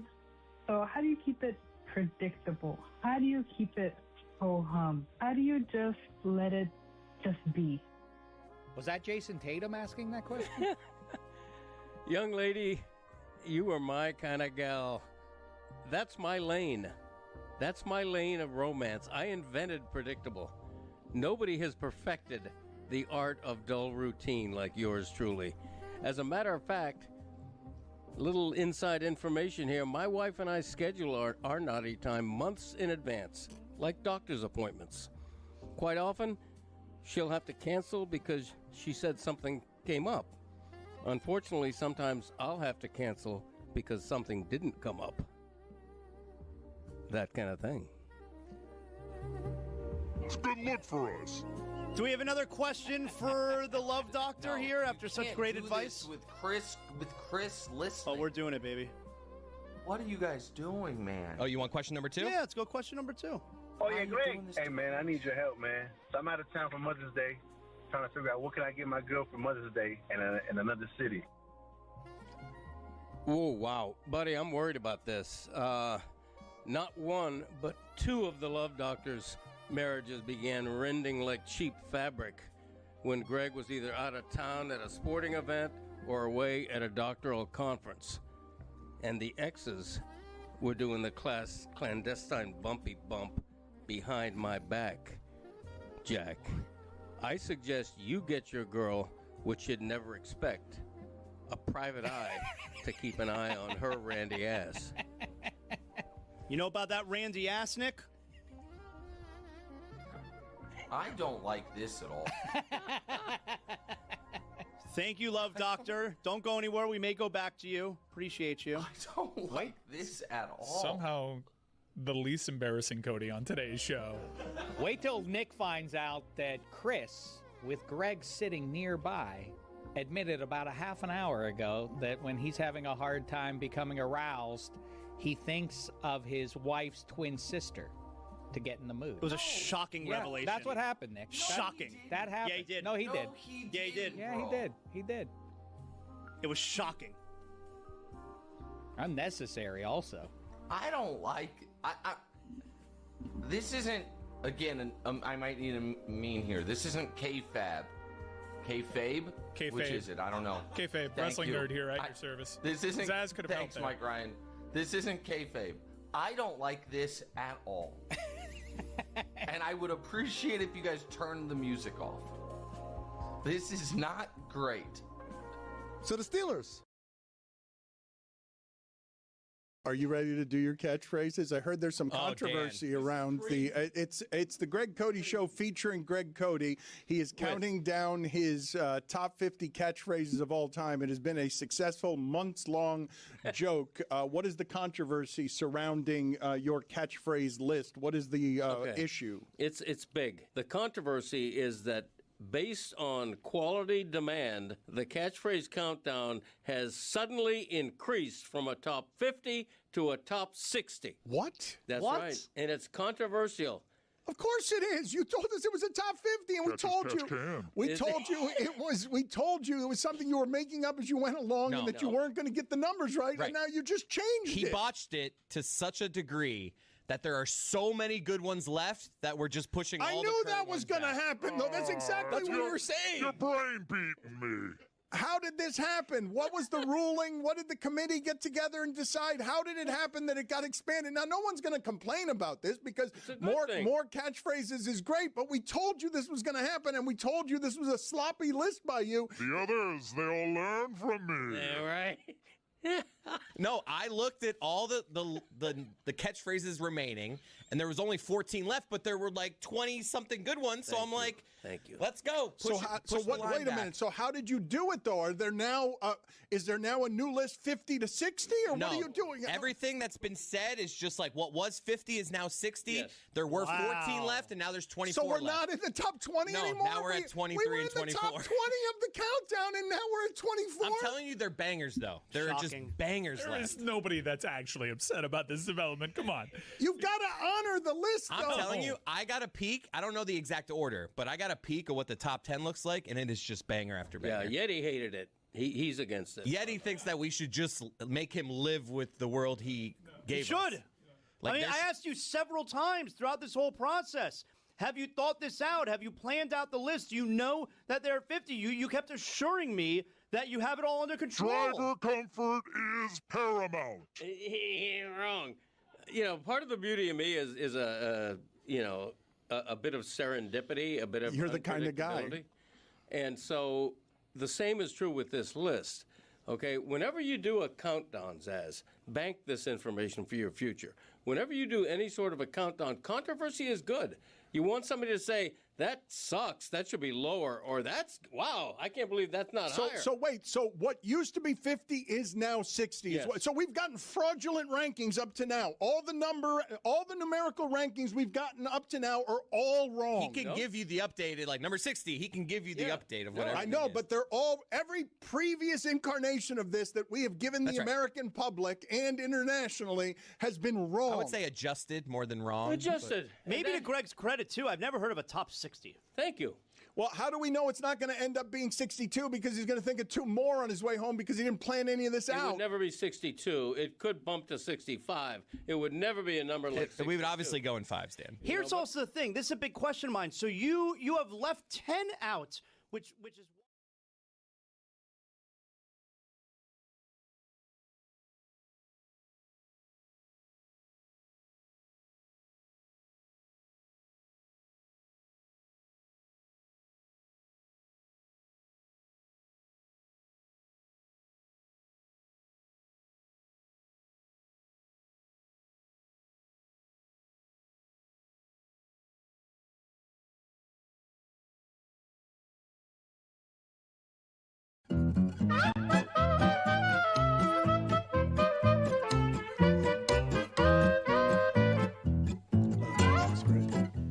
Against the Spread. Against the Spread is presented by DraftKings. DraftKings, the crown is yours. Chris, go ahead.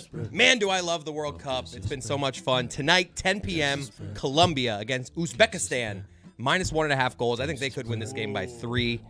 You're getting it at plus 110, minus a goal and a half. Colombia, big favorites against Uzbekistan. Tony. Guys, you know that I love the World Cup. I'm more of a vibes guy, okay? And what I love is getting a big team against a team that I want to go to their country, okay? So Croatia versus England, the Three Lions playing against Croatia today. That's not good betting advice to just not like to No, go but to a see, country. this is where people put a lot of analytics, people do a lot of stuff, and then you get to the gut, like Chris said, and then all of a sudden it's like, oh yeah, I want to go to Croatia. I love what they got going on there. Great fans. Oh, yeah? Good fans on the Croatian side. All right. I'm going to take the Croatian team with Luka Modric, who's 40 years old. Number 10, Luka Modric. Against the spread. They have a goal, half a goal. Half a goal plus. You guys, the way that you have described the goal, the half a goal, you don't seem to have a lot of fluency in whatever the language is of making. It's tough. It's like half a point, but it's like half a goal. I know, but you guys don't seem to have any fluency in the gambling advice that you're offering to people in just saying. What's a half a goal? I disagree. I think we sound fantastic. Hits the crossbar, it's half a goal. It's like, boom, hits off the crossbar. That's not real. I want to ask you guys where we started the show about Lionel Messi and the idea of mastery. When I talk about everything that's happening at this time, what has to be, Zaslow, a golden age for sports. It really does, because all the time you hear people talking about who's the GOAT of this, who's the GOAT of that, GOAT, GOAT, GOAT, GOAT. In baseball, Shohei Ohtani right now has mastered that sport in a way that has never been seen before. In basketball, LeBron James for 20 years has only one ghost that he's not better than, but the idea of what he's done is an insanity. Tennis is filled with this. From Serena Williams on, you could do this with Diana Taurasi or Asia Wilson. Like, there are just so many people running around that are better at sports than anyone's ever been. Like in men's tennis, you had 3 people for 15 years, each better than the other one, the previous one being an immortal, where you're just like, this is lunacy. When I talk about Lionel Messi, has he now been put in the conversation in America? I know he's this globally. In America, where you can take what he does and say, no, that goes over Brady. That goes over Michael Jordan. I know that in America there's no topping Michael Jordan, but Tom Brady, because of the amount of winning that he did, when I talk who's the master of the masters during the total golden age of these people have perfected these things, and once upon a time 100 years ago, when sports wasn't this big, there was allowed to be one Babe Ruth. Now there are a dozen. Like, there really are. We're living in a time where you can go grab in just about any sport and be like, that's the best there's ever been there. There's nothing close to what that is. It's a good question. I think the answer, I think it's either Brady or Jordan. And I lean toward it being Jordan, but I think that's only because Brady seems to be more accessible. He seems to be more out there, where I feel like when we see Jordan in public, it's like, holy shit, that's Michael Jordan. But what does that have anything to do, though, with what I'm talking about, which is just excellence and not perception, where I'm talking the greatest there's ever been? I'm now used to these people at 38, 39, 40 years old doing these absurd things because science and medicine and healing and teaching. But it's only the best, Stuart. It's only like the very, very, very best. We're talking about Brady and LeBron and Messi. Like, that's it. Yeah, but Brady is a special kind of lunacy because he's still doing it, or was still doing it at 45. Messi doing it at 38, to me, is also a lunacy. Mm-hmm. But I've been really, I'm going to say, dismayed by around this excellence, the changes in our society that make television a lot louder than it used to be and social media a lot more critical than anything around this has been. Things in sports with mastery are better than they ever have been, and I think less appreciated than they should be, because you have these two things conflicting where people with short attention spans and a need to criticize and feed the content machine aren't actually appreciating, hey, there are 10 Babe Ruths running around the earth right now where they're doing something in sports that can't be mastered this way. Dan, the problem is with that, it's great. We got to find out who the best one is of the Babe Ruths that are 10 out there. We need to find which one is the best and then criticize all the other ones. Ohtani. I think Ohtani, what he does because of its versatility, if you could be the best pitcher and the best hitter, that's a lunacy.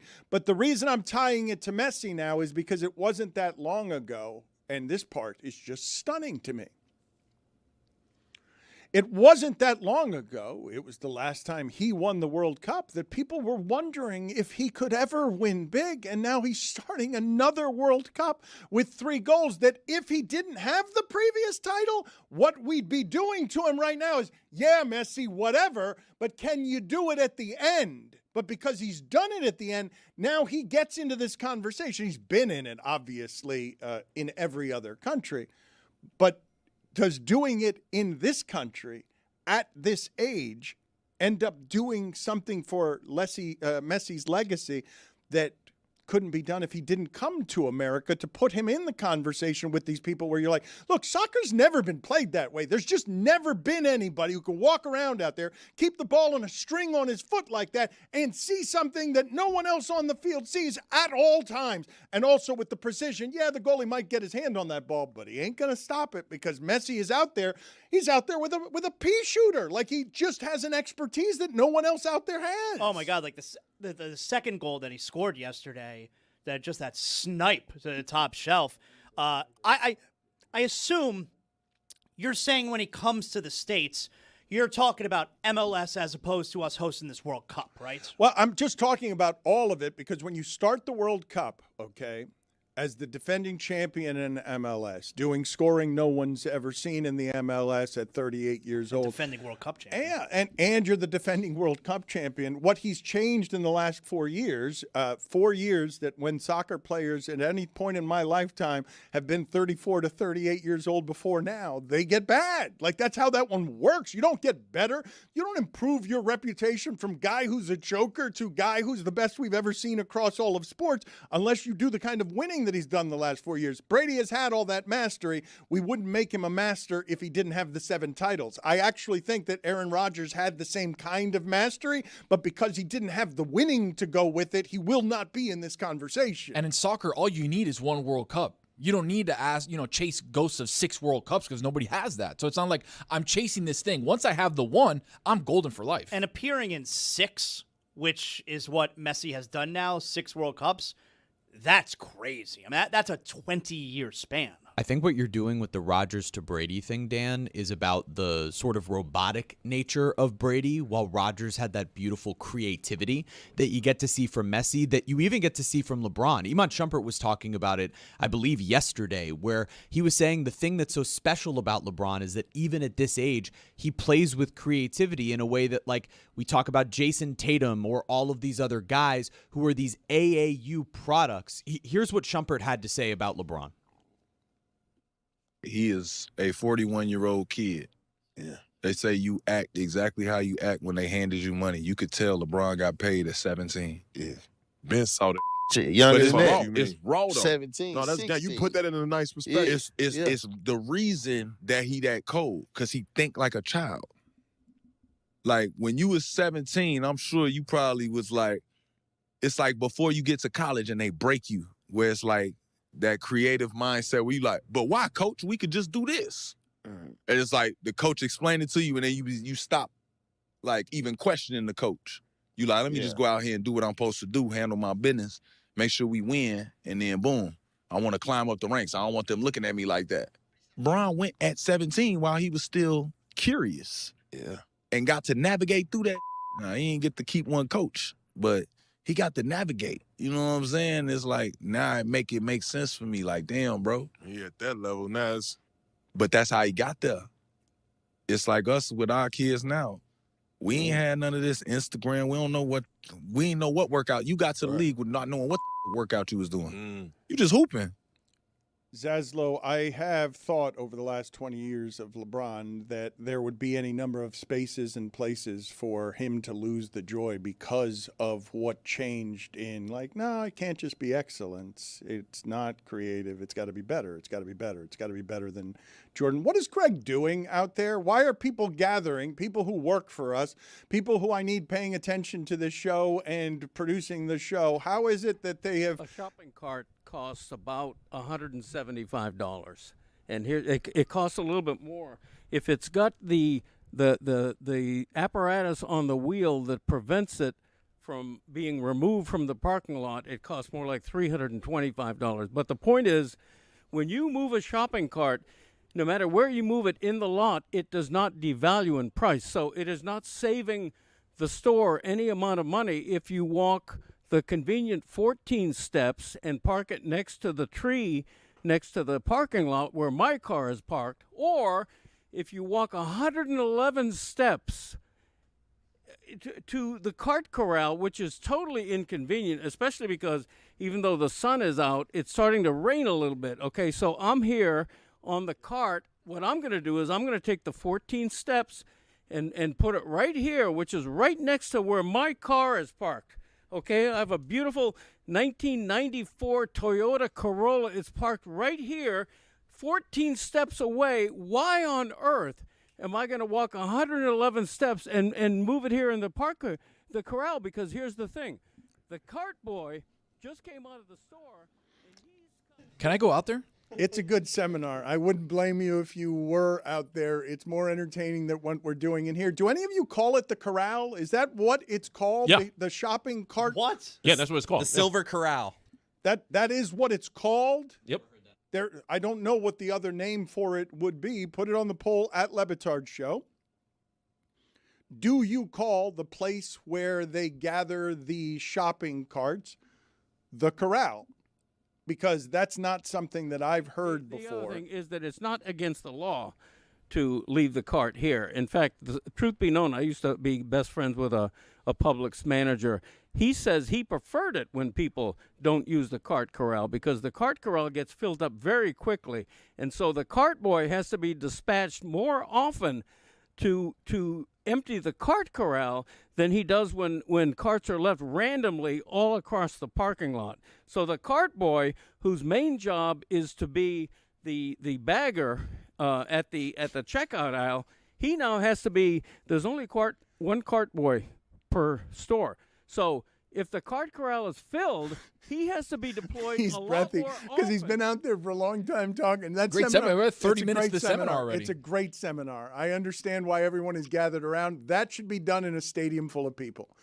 I think that we should charge and see if we could fill the arena with Greg Cody's shopping cart seminar. Now, I am offended that he has raised a child that puts the can of creamed corn near the Mother's Day or on the Mother's Day cards.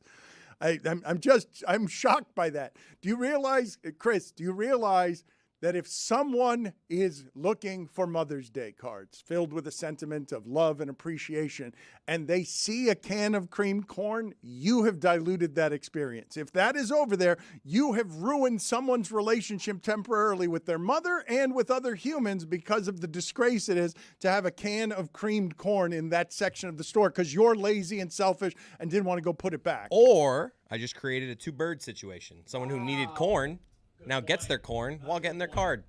You're welcome. Zaslow, do you do any of these appalling things? Because you do learn. I have to restrain myself from. Is that the cart boy only has a certain amount of time they give him. The manager says to the cart boy, when you go out to collect carts, I want you back here in 5 minutes because your job is more important bagging groceries than it is taking carts back because a lot of people do bring the cart back. And another thing, about 40% of people pick up a cart that is left anywhere, not just in the cart corral, but here. Like, pretend like you're parking. You've just parked here, okay? You're not going to take a chance that there's carts left in the store. So here's what you're going to do. You're going to take the cart I just left. You're going to take it from here and wheel it into the store. It's a great point by him. I've done that move where you see a cart by your car. It's like, I need a cart when I get in there. I'll just roll this one in. I'll help them out today. You see that crowd surrounding Greg? Like they're on fire. Zaslow, have you taught accidentally through watching your sons any bad habits that when you see Tamara sees them, she's like, that's Zaz's fault because Chris learned this from his father, the leaving of the shopping cart wherever he is. And I have to consciously, when I am at a grocery store, not walk around just opening things and eating them because when I was a child, my father would always go to where the candy was, the individual candies that weren't there meant to be taken by you. They were meant to be put in a bag and then bought together. My father would unwrap them, eat them, and then just throw the wrappers in the aisle. Play. No, it's not. It's stealing. It's not a heady play. Stealing. Come on. It's not a heady play. That ain't right. Man, a young Zaz, though. Just the visual of him being like Zaz. Yeah. Like your wife asks what everybody wants for dinner, say pizza, and the kids go, yeah! What'd he say? Anytime my boys, especially my younger one, anytime my boys do something that my wife does not approve of, she always comes back and says, he learned that from you. He got that from you. Only the bad stuff? It just so happens that all of the good traits that my boys will give out, she taught them all of that. And anytime they do something stupid, which is often, anytime they do something stupid, they're my son. In the parking lot, they see the spectacular hat the cart boy is wearing, and they know to stay away. It's a safety thing, okay? Notice that in a supermarket, the cart boy is always wearing a spectacular large hat when he goes to get the carts, whether from a corral or left more conveniently here. So notice that and beware of the cart boy in the crazy hat. Greg, can I talk to Greg for a second? I don't mean to interrupt your seminar, Greg. I'm sorry. It is riveting. I understand why you've drawn a giant crowd out there. I appreciate what you've just done because for 20 minutes you have just put on a hell of a seminar where you never once stopped talking. I was impressed by everything that you were doing out there. Thanks. The lesson that you are teaching there that is most important is what? It doesn't matter where you return the carts. Okay, the fallacy is that it's polite and it makes all the sense in the world to do that. No, you return the cart safely to wherever you can. Now, I'm not saying you don't put the cart here. You don't take up a parking spot with the cart. No, that's not what I mean. You park the cart anywhere that's convenient to you as long as it's out of harm's way because the cart boy in the crazy hat is paid, literally paid, to go retrieve the carts no matter where they're left. Greg, Thank you very much. Thank you. Not a standing ovation. ovation. No, it's not a sitting. No, Thank you very much. No, it's become a standing Thank ovation. You. Yes, like amazing. Thank you. Okay, please take your robotic seats, here from the crowd, right? Thank you. That's very, very, very thoughtful of the crowd. They appreciate the cart boy in his hat. Get back in here. Okay. Get back in here and help us out. Help us do the show. We appreciate all of your hard work out there. I learned this from my father. What are the things Tamara is saying? What are the most offensive things that you're thinking of, Zaz, when you're saying to yourself, this is the disgraceful behavior that they've learned from me? Yeah, I mean, it's mostly stuff around the house, that either my boys are doing or they don't do. But sometimes, if we're out in public, behave a certain type of way, he learned that from you. He got that from you. I'm like, why is it never he got that from you when they do something stupid? It's always me. And it should be like, because you're stupid. I want to ask the group a question here as the United States plays on Friday and a burst of weird and unexpected enthusiasm for the American side, not just because they won 4-1, but the way they won. We're used to over many, many years of they've promised us good American soccer. Maybe they get up 1-0, they park the bus, and the goalie is going to get pelted the rest of the game as they try to protect a 1-0 lead. They usually don't take the 1-0 lead and keep attacking all game and all of a sudden win 4-1. It's one game. And this sport is confusing to me because the goal is worth so much. The goal itself is worth so much that I believe the margin of error is smaller in soccer than it is in all of the other sports. Because if you get some fluke goal, any team in the sport can score a goal. There are ways to protect that lead. The goal is worth just way too much. It should or could skew results, even though it generally. Is that Greg's breathing? Yes, it is. It is. Are you that winded from what it is that you were just doing out there? Breathing. Thank God for it, by the way. Thank you. God bless his heart. That is good. Yes. And his lungs. God bless his, yes. Bless his heart. God bless his oxygen. Yes. Yes. Okay, don't bless my heart. No, I want you breathing. I want you breathing. Thank you. It excites me that you're still breathing. I am still breathing. It is a fuel source for the entirety of this show. Yes. Thank you very much. But the thing that I wanted to ask you about American soccer, because I'm really looking forward to Friday, and is the hope real? Can they actually do that again? Because if they do something like that again, the teams that win 4-1, 7-1 in this tournament, those are the teams that tend to make the deep runs, right? Argentina winning 3-0 yesterday, that is a spectacular blowout in that sport. That is not a close game in any way. Never mind what the Germans did. But can you guys explain to me why it is that the literally colorful centerpiece of the American team that seems to be among the most we've ever respected in this country, that was led by Alexi Lalas as a personality more than a player, because he was just big red scarecrow running around out there, and he became a star. People really don't seem to like him. That's what I'm seeing. Pulisic, you mean? No, Alexi Lalas. I thought you meant the current star of the team.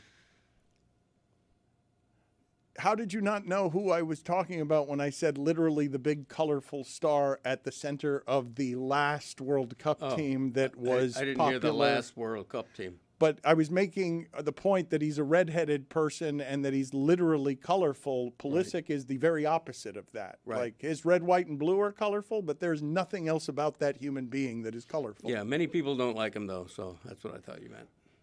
That ain't right. Is it because you were just so winded and fulfilled from your last 20 nonstop minutes of seminar, a standing ovation? You just stopped listening to anything we were doing here? Right. Listen, he made a good joke. He had a good cut down of me in the Shadow Show today, and then he just put on an award-winning seminar. He's checked out for the rest of the show. Thank you. Thank you very much. Plus, in fairness, Dan was taking an awful long time to get to whatever point he was making, so I just got, I got a little antsy. It's true what he says. Yeah. I often take a meandering route to get where it is that I'm going. But the Alexi Lalas, the feeling, just put it on the poll at Le Batard Show. Alexi Lalas, thumbs up or thumbs down? Is what I'm feeling and what Zaz is saying correct, that this person who is basically an American star who word association soccer and used to be, we like that guy. That's somebody that we like because he wasn't just, it's not just that he was colorful. Again, he wasn't a great player. He was recognizable.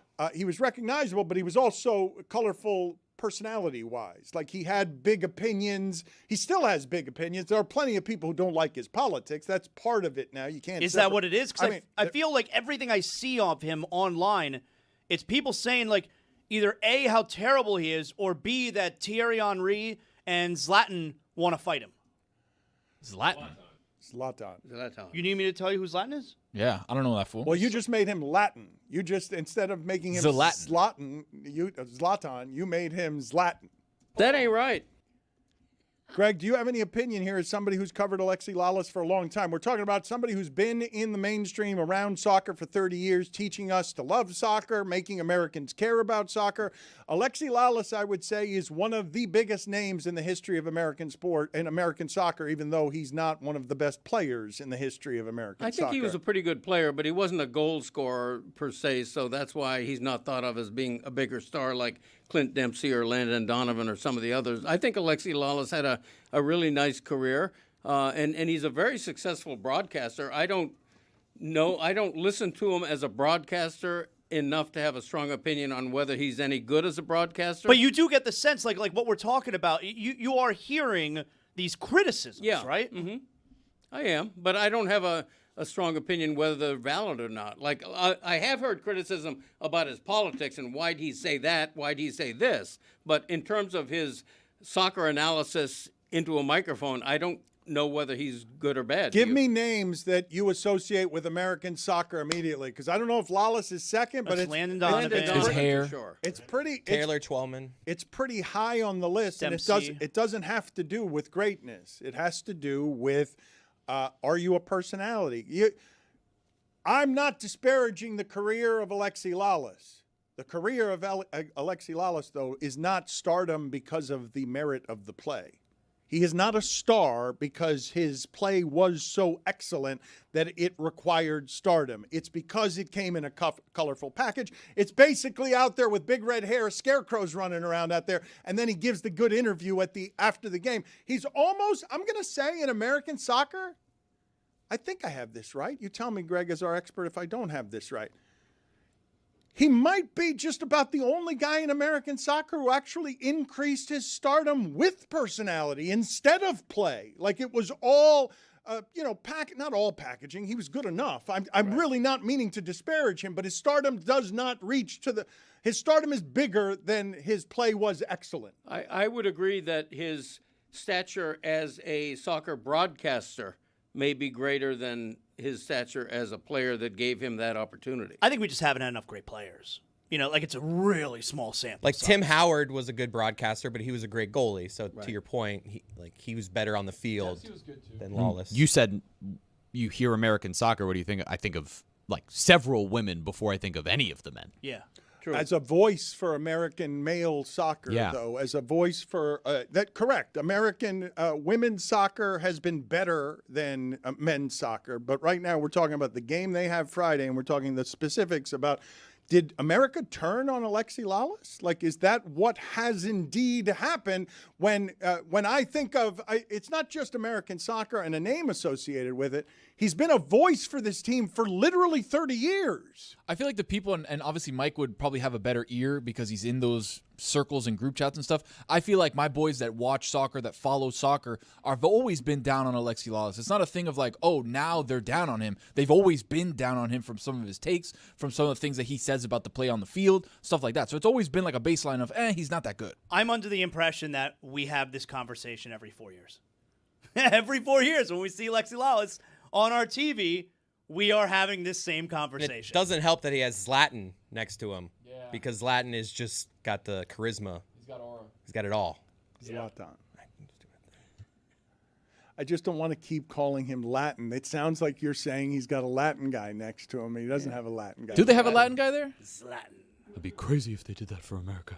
A Swedish guy and a French guy.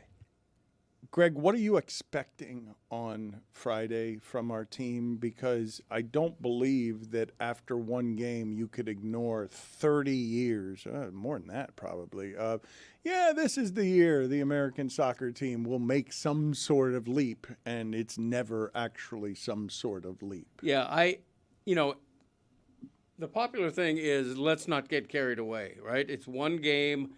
Nobody would be shocked if they settled for a 1-1 draw with Australia. I'd be surprised, but not shocked. But I think you can get carried away. This team is different. It's not that they won 4-1. It's the way they won.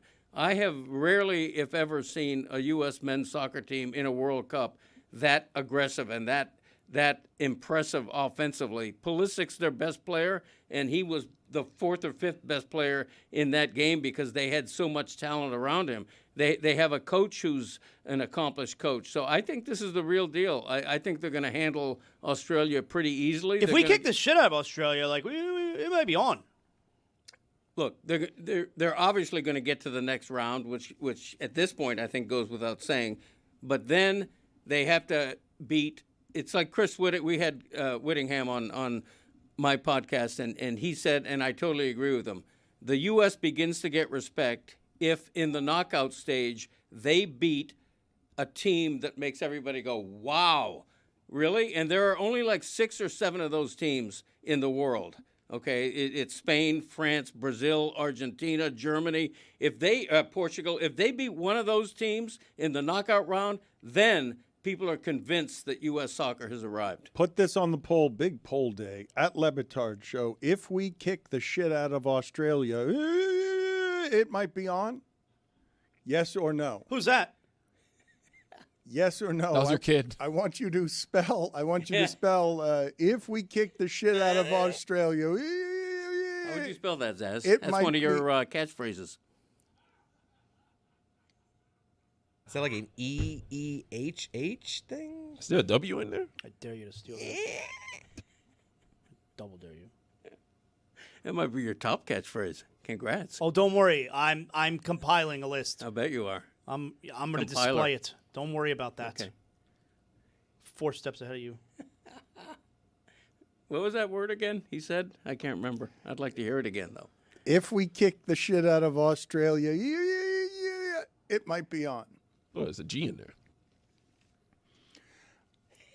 You're expecting them to beat Australia, and you'd be surprised if they lost to Australia? Yes, very. The only reason that I make this point, we talk about sample sizes all the time. One goal is worth so much in the sport.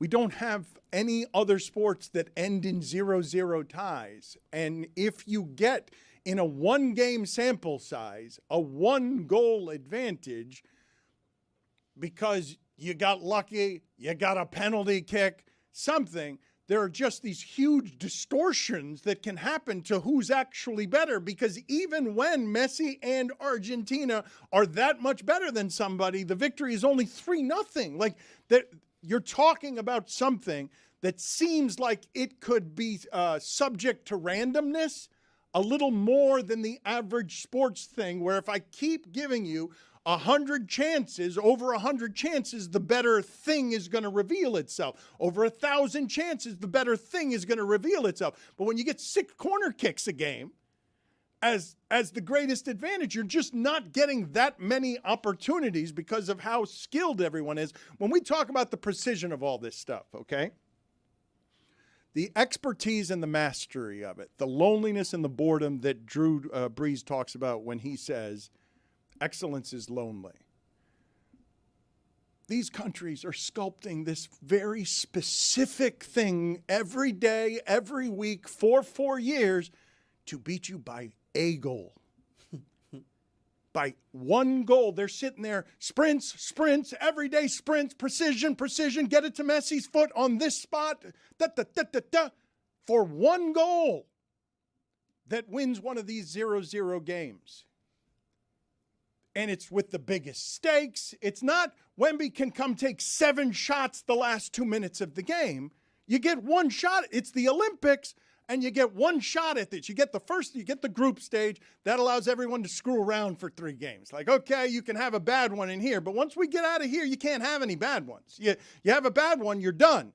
And it's why I never expect anything from the American team. Mm-hmm. Like that, the reason I never expect anything from the American team in terms of a long run is because, no, they're never going to be the better team for a sustained period of time. Right. The way they play isn't going to be the one that's lucky about the one goal because they're not attacking all the time. They haven't been. Historically, they're not good enough to be the team that is leading the entire game in terms of just the way the Brazilians play, where they have the ball all game most of the time. Yeah, well, that's why I say it was so refreshing to see the way they beat Paraguay. Not just that they won 4-1, but the attacking they did.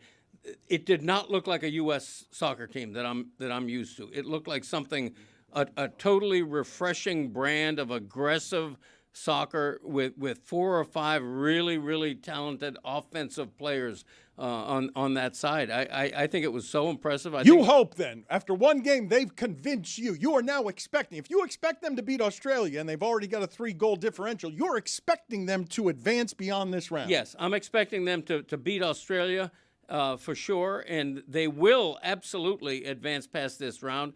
But then the tougher games against the bigger opponents start, and it's winner take all. And whether they can keep winning at that stage, I think they will. I think they're going to win at least one knockout round. Well, they better. I mean, because it's a round of 32 now this year. You know, like if you win this group, like if they beat Australia this week. You got a great, you're going to win the group if you beat Australia this week, and that's highly advantageous because then you're going to play one of those wild card teams in the round of 32. For me, after that first game, I'm gonna say that I think they have the potential to reach the round of 8, to reach the quarterfinals. I think that's the upside for this team, and that would be tremendous. If you guys are interested in this U.S. matchup coming up Friday, Mike Ryan will be on our live YouTube stream tonight, 6 p.m., previewing Australia, USA, all the recent World Cup stuff. If you'd also like to follow all of the scores live, CodyCup.thegregcodyshow.com. Thank you very much. Big day yesterday for me. It was a big day. I know a lot of people care about that, but yeah. How was it a big day for you? And for those who don't know what that ridiculous website is, would you like to explain it to them? I read it right off the paper he has in front of him. Thank you. The writing on that paper that he has in front of him is comically small. It's called CodyCup.thegregcodyshow.com. Greg, you've been promoting something for 2 days here that is in such small type that no one can read what you're promoting. They can now because, they've just put it up now. 2 minutes of zooming in to get to that. It's like a footnote. The cameras. It's a football sport. They just used a camera that people use to see the Earth from the moon in order to see the size of that type. If we kick the shit out of Australia, it might be on.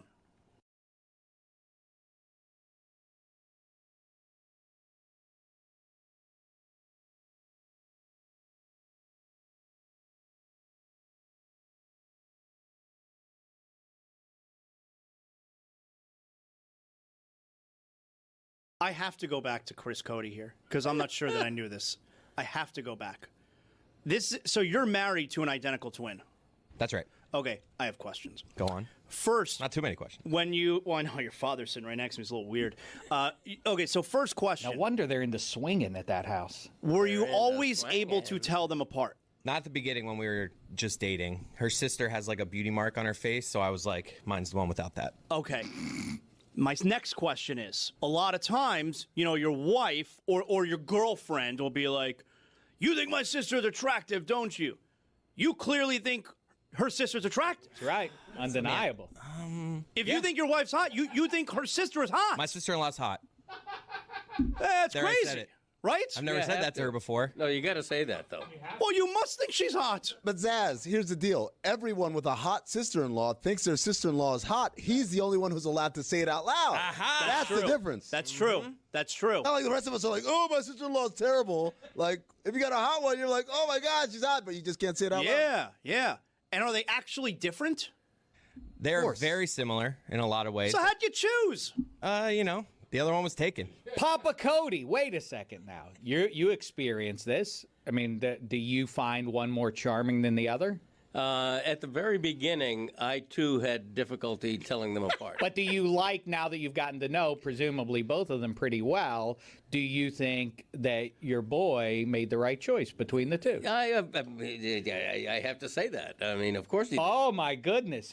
Of course he did. Now. I love my daughter-in-law, but they're eerily alike. Now, not just physical. What I'm about to admit now is a little embarrassing. Go on. There are times, in marriage, you're going through, you're like, it's just, this is I don't like where this is headed. I don't either. Where sometimes you just like, if you're trying to keep things fresh, you just imagine it's the other person. Oh, no. That's an unbelievable admission. That What's the matter with you, man? I didn't hear Suey. Hey, guys in the room outside, mark that down. For Suey the record, revelation. did everybody see as one of society's great empaths? Did you see me try to get in the way? Did you see me try to dive in front of that? He refused. Yeah. He went. He plowed straight ahead. You guys never struggle, huh?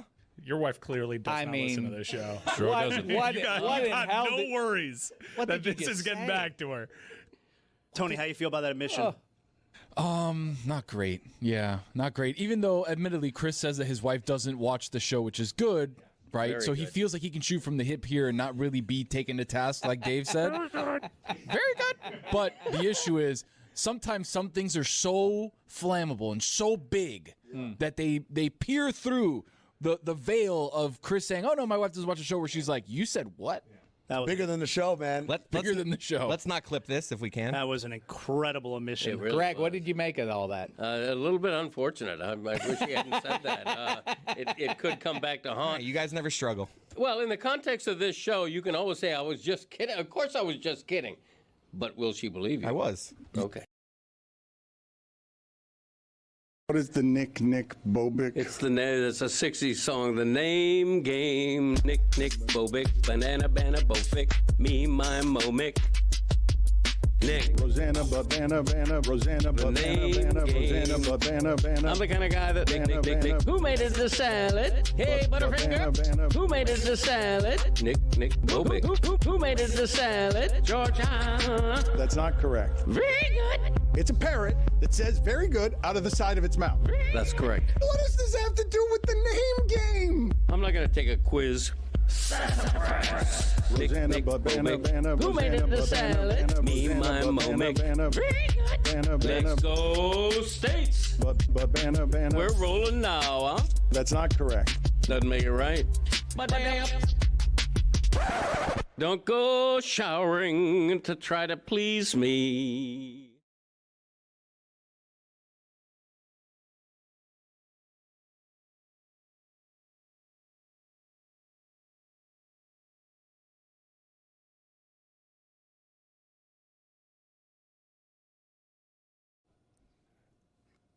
For the audio audience, I don't know if you know what Holland looks like from Norway, who scored 2 goals. He's been great for a long time, and he's also giant. He's bigger than everybody else on the pitch, and this look of his is terrifying. Like the visual of this. If I told you this was popping out of an alien right now and coming to attack you because it wasn't of this world, you would say that's terrifying, right? When it's bigger than everyone else who's out there. Yeah.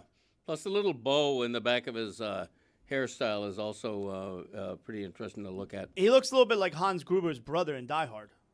That guy's so good, though. What a day yesterday was. I'm just thinking back to it. Mbappe, him, Messi, all of them balling out with multiple goals on the same day. Yeah, it was great. And Haaland, he's 25 years old. People think of him as older because he's been a star for a long time. This is his first World Cup, so it's like an international introduction for him in a way. It really is impressive, though, to me, to watch a soccer player be bigger than everyone else, right? So when you got corner kicks with that team, you're just terrified that he's going to head it in because he's just taller than everyone else. I told you guys that Chad Ochocinco went and tried to play one time with either Brazil or Real Madrid or something, and he was very fast, but he couldn't get anywhere near the ball. So you can't just throw Shaq out there because he's bigger than everybody. But this guy. Yeah, but I also saw Tyreek Hill dice up. I don't know if it was Real Madrid or Barcelona or somebody. They were running routes, and it was Tyreek Hill versus the other guy, and they're like, "Oh, we can keep up with him." And then he gave him a post inside, and then went corner, and that was that. When you see Haaland in the box and Norway's taking a corner kick, that's when you realize how physical the game of soccer is, because you see defenders, 4 or 5 defenders, trying to elbow and literally push him away from a chance to get a header on the ball because he's so tall and gifted. He looks like that Wemby microphone sounded. That does sound like the sound that would come out of that human being if it was emerging from something to attack you. Jessica is there, and I wanted to save a topic. I've saved a topic for 24 hours because she's got more expertise here than we do and I do on Brendan Sorsby. She's been following this for a while. And the legal maneuvering on this, Jessica, I feel like the conference and your Mark and all of these people got together, and it wasn't public pressure that did this. It was the power of all of these people who want to protect the quote-unquote integrity of the game, when I don't think that game has a lot of integrity. The business of it doesn't have a lot of integrity, but now Sorsby cannot play for Texas Tech. Walk us through what happened here and how there were midnight legal proceedings that end up making it that last week they're telling us that Brendan Sorsby's injunction and everything else is going to be handled in February after the college football season, nonsensically. And then 2 days later, there's so much legal maneuvering that never mind, he's out of the league, gets to keep his NIL money, even though he's not going to play for Texas Tech. Yeah, so I think that there was a little bit of an element of public pressure here that led to ultimately what happened through the courts, Dan, where I'm not sure if any of the events of this Monday happened without so much backlash from fans and from fans of other Big 10 or Big 12 schools, from fans of Big 10 teams, from fans of Georgia, and like the outcry and the backlash that happened immediately after the injunction. So after the judge ruled that Sorsby was eligible to play and would face a 2-game suspension, this is what happened, I believe 10 days ago on June 8th. There was a lot of back and forth from the conference and from other schools and from other people who were pissed that this was going to happen, basically. And amidst all of this, the Attorney General for Texas, Ken Paxton, who's running for Senate this upcoming fall, wrote a letter to Brett Yormark and to the Big 12 saying that if you sanction Texas Tech, there is going to be possible liability, and we will see you in court, basically, if you try to do this. And I guess that is ultimately what opened the door for the Big 12 to file a clarification, like a legal complaint late Sunday night, early Monday morning, asking for a federal court basically to clarify if they had the right to discipline Brendan Sorsby under the conference rules. So yes, like parts of this did play out in court ultimately, but I'm not sure if any of the back and forth between the different attorneys generals for different states that are part of the Big 12 happens without people being very vocally pissed off about all of this. Did anyone see this coming? Like the thing that happened Sunday night where all of a sudden Monday morning he's in the NFL. Did anyone have that happening? No, because last week it seemed like there was a little bit of a stalemate where was the Big 12 actually going to try to sanction Texas Tech? Did they have the legal grounds to do that? Or like we talked last week, I mentioned that there were conference bylaws that might come into play, and would Texas Tech be subjected to conference bylaws that they agreed on, or would they try to say, well, we're just following the rules. A judge said he was eligible to play. So no, I think last week it seemed like he was going to play, Dan, and it wasn't until this Big 12 filing from their big fancy big law firm on Sunday night where it seemed like, okay, now it looks like there could be follow-up court dates between now and the supplemental draft deadline, and it's probably in his best interest just to declare for the supplemental draft before that deadline goes by. And ultimately that's what happened, and it's just sort of, to me, still a little unclear if that was because of the legal pressure or Cody Campbell basically was like, we think we'll win this case, or maybe we don't think we'll, whatever, but you should go. Or Brendan Sorsby was like, I've had enough. I think I should go. I think it's kind of up in the air. Seems like the legal pressure did play a big part in it, though. I got to tell you, it's ridiculous that he will never play a game for Texas Tech. He's the one who did the wrong things. He's leaving and going to the NFL supplemental draft. Keep the money. Like, why does he get to keep any money? It doesn't make any sense at all, guys. Like, the idea that he gets to keep what the NIL is right there. Why does he get to keep any crazy money? To me. The fact that he gets to keep that money and then move forward toward the NFL draft is just absolutely nuts. Like, Tony, it's a play on for me. How is it a play on? It's a play on. Texas Tech has more money than anybody else. They're throwing money at every single sport. Just because they could throw the money around doesn't mean he should just get to keep it. I'm sure that there was an under-the-table deal. They knew what was going on and said, hey, look, just come and make it happen over here. If we can get you past the law part, like, we can go play and you can keep the money. Jess, it's ridiculous, right? It's not my money. I don't frankly care. Cody Campbell has billions of dollars. If he wants to pay Brendan Sorsby to not play football this year, like, I truly do not care. Obviously, like, it seems unjust because he did something that he should not have been able to do, but I don't really honestly care about the money. That is, like, the least of my concerns in all of this.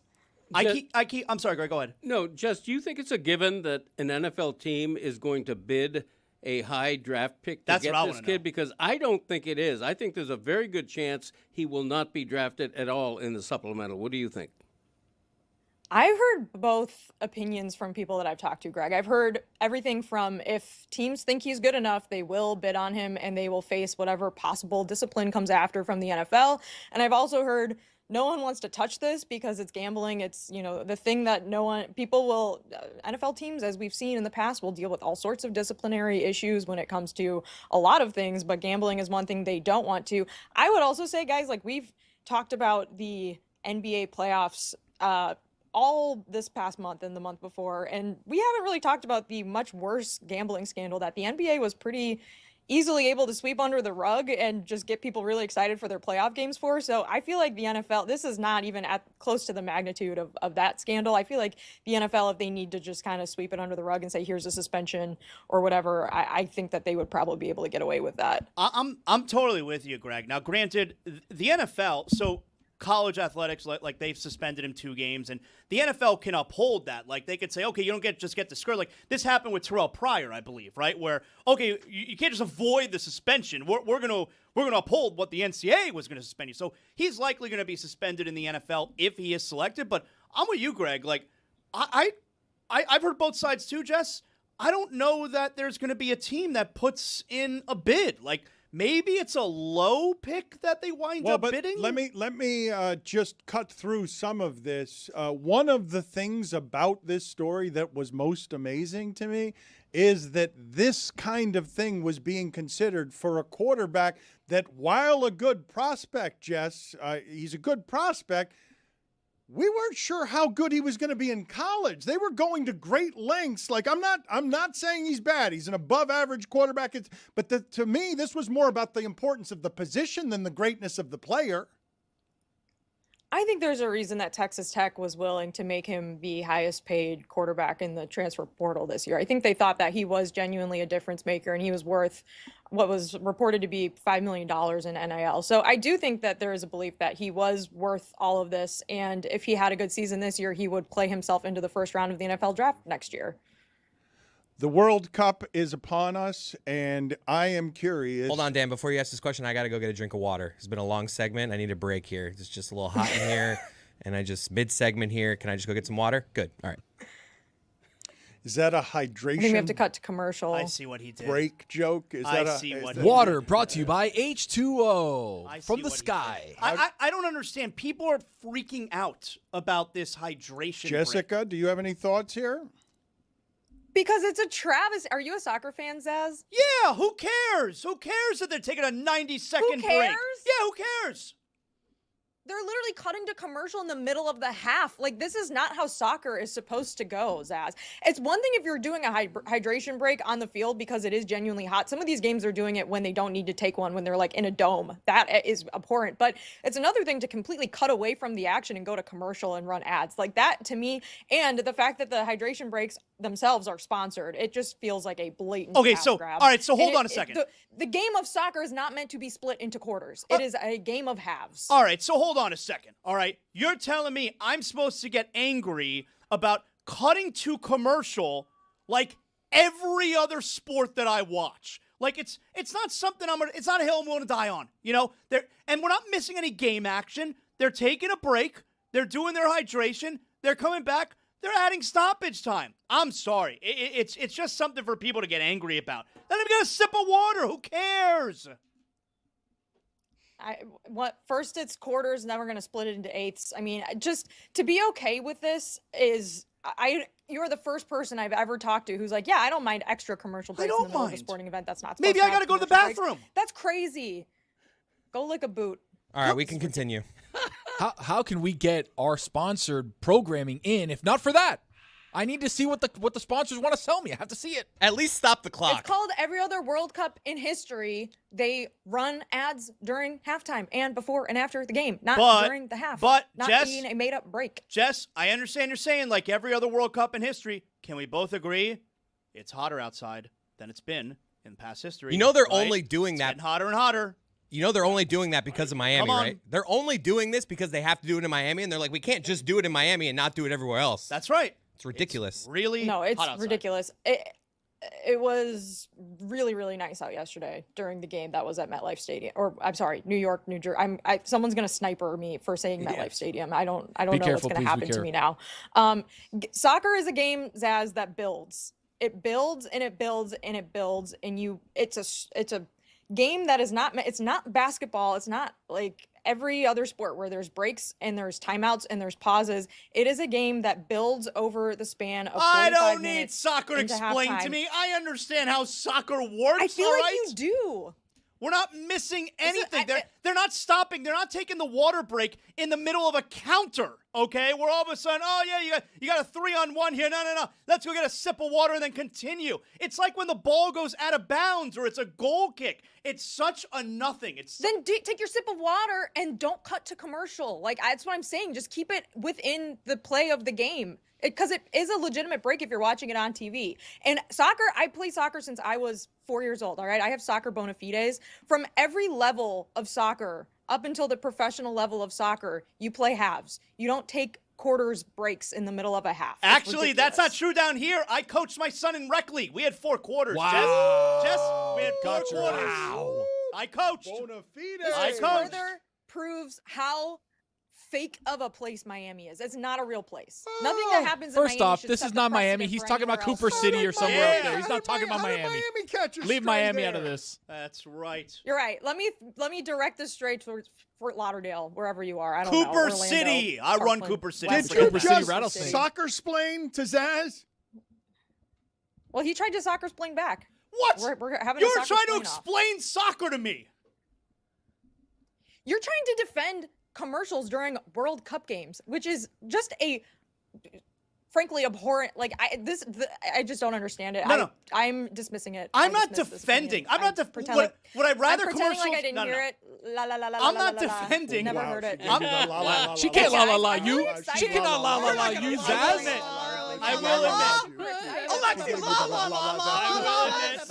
I will admit when someone does that, it's tough to win the argument. This all just feels a bit performative, guys. It feels over the top, and that is worth a toast. Just terrible. Get out of here. Just get out. Get out. Just get out of here. Get out of here. Please go. Minor penalty. 2 Go minutes. take a hydration break. Let me take a break. Okay, so you know what, Jess? something that you and I can be on the same page together here. You ready? This we will agree on.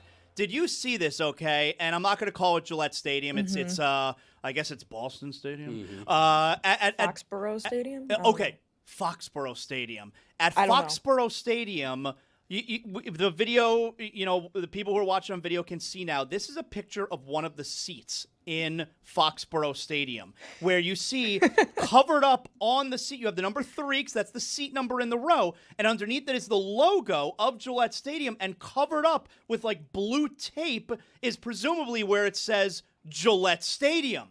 So, because you can't have any type of advertising that's not approved by FIFA. So, Jess, am I to believe that someone, or maybe a team of someone's, had to go to all 64,000 seats in the building and take blue tape and cover up the word Gillette on every single seat?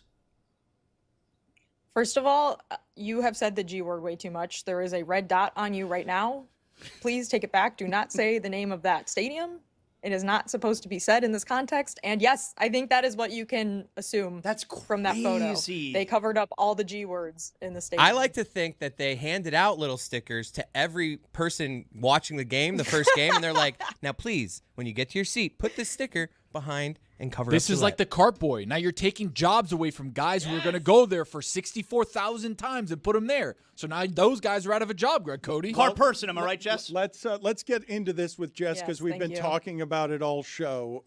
The idea that Chris Cody, which is the worst crime here, or immorality or selfish behavior, leaving the cart wherever Chris Cody wishes to leave it outside of a grocery store, or if he gets a can and is 9 rows away, he will not go back and put the can where it was. He'll just put it on top of the Mother's Day cards.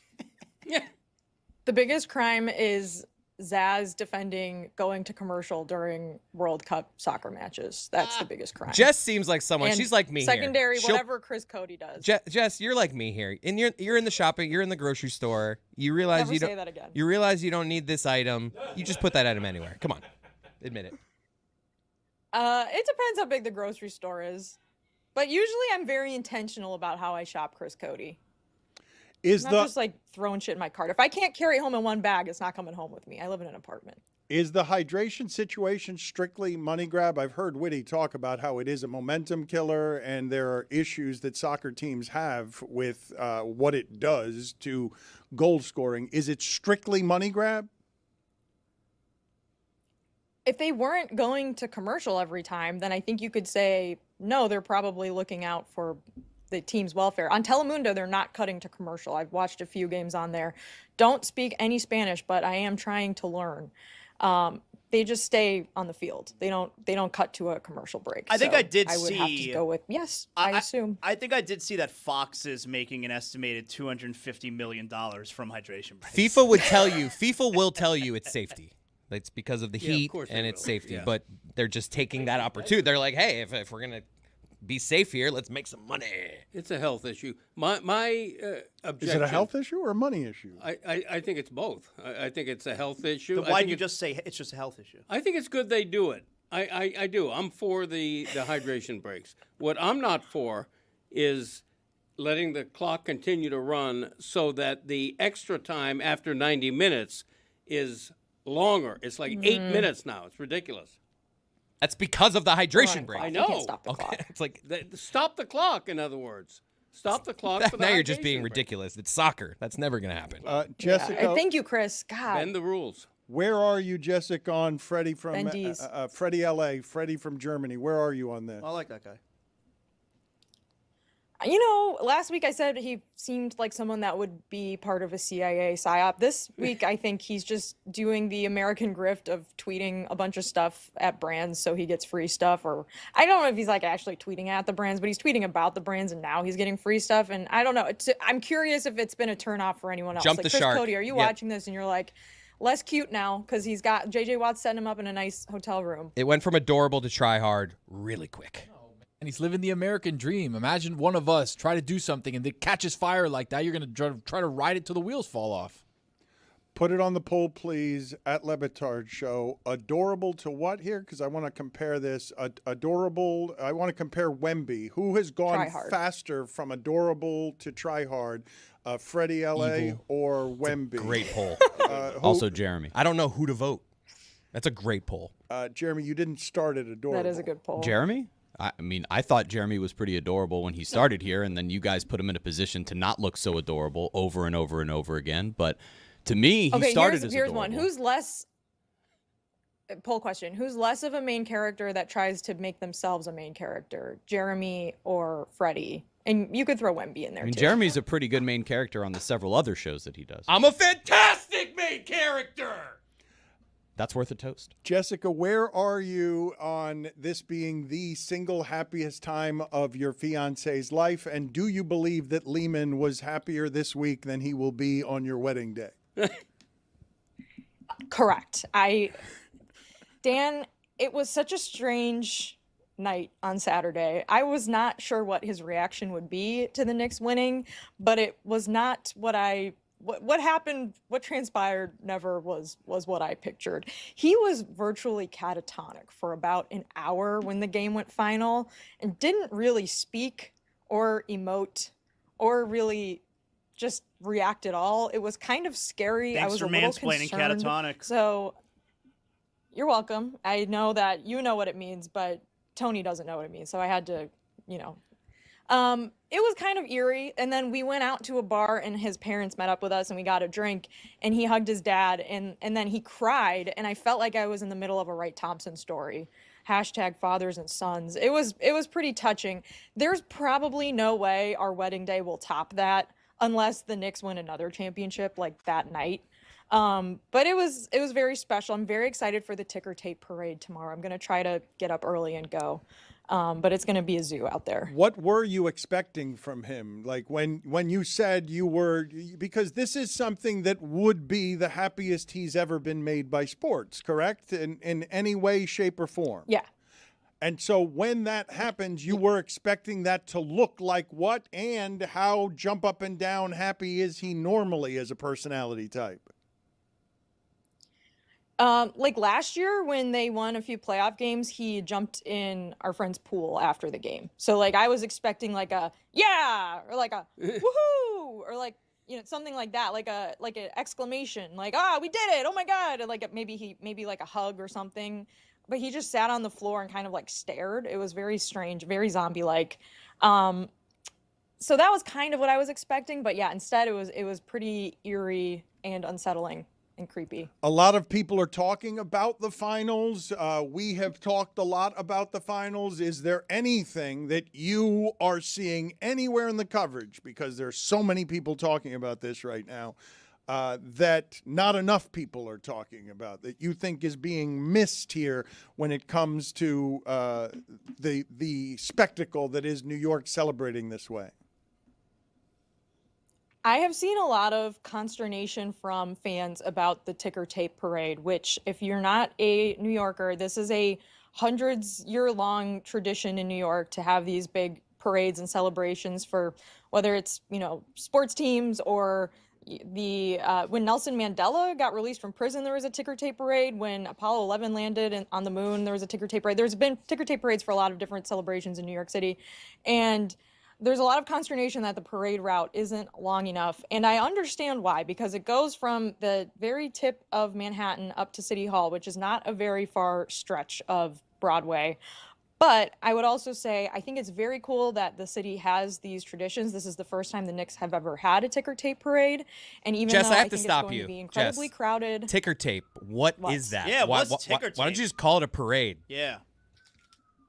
No, so this is thank you for asking, Chris Cody. Ticker tape is these like tiny little ribbons of paper that were used for trading stocks before everything got digitized. And so New Yorkers would have these parades, and it started sort of spontaneously in the 19th century where they'd start throwing the ticker tape. There's the really thin like confetti, ribbons of paper that, yeah, I guess it's like confetti, but they were actually used to trade stock. Like the stock price would be on the tape, and the machine that it came out of made a ticker sound. They were like tick, tick, tick, tick, tick, like that kind of thing. So people would throw it out of the window of their businesses along Broadway, and so they became known as ticker tape parades. Excellent. So it's a very specific thing in the financial district of New York City, and not something that is replicable probably in any other city because of obviously the New York Stock Exchange being downtown. There's a ticker tape machine.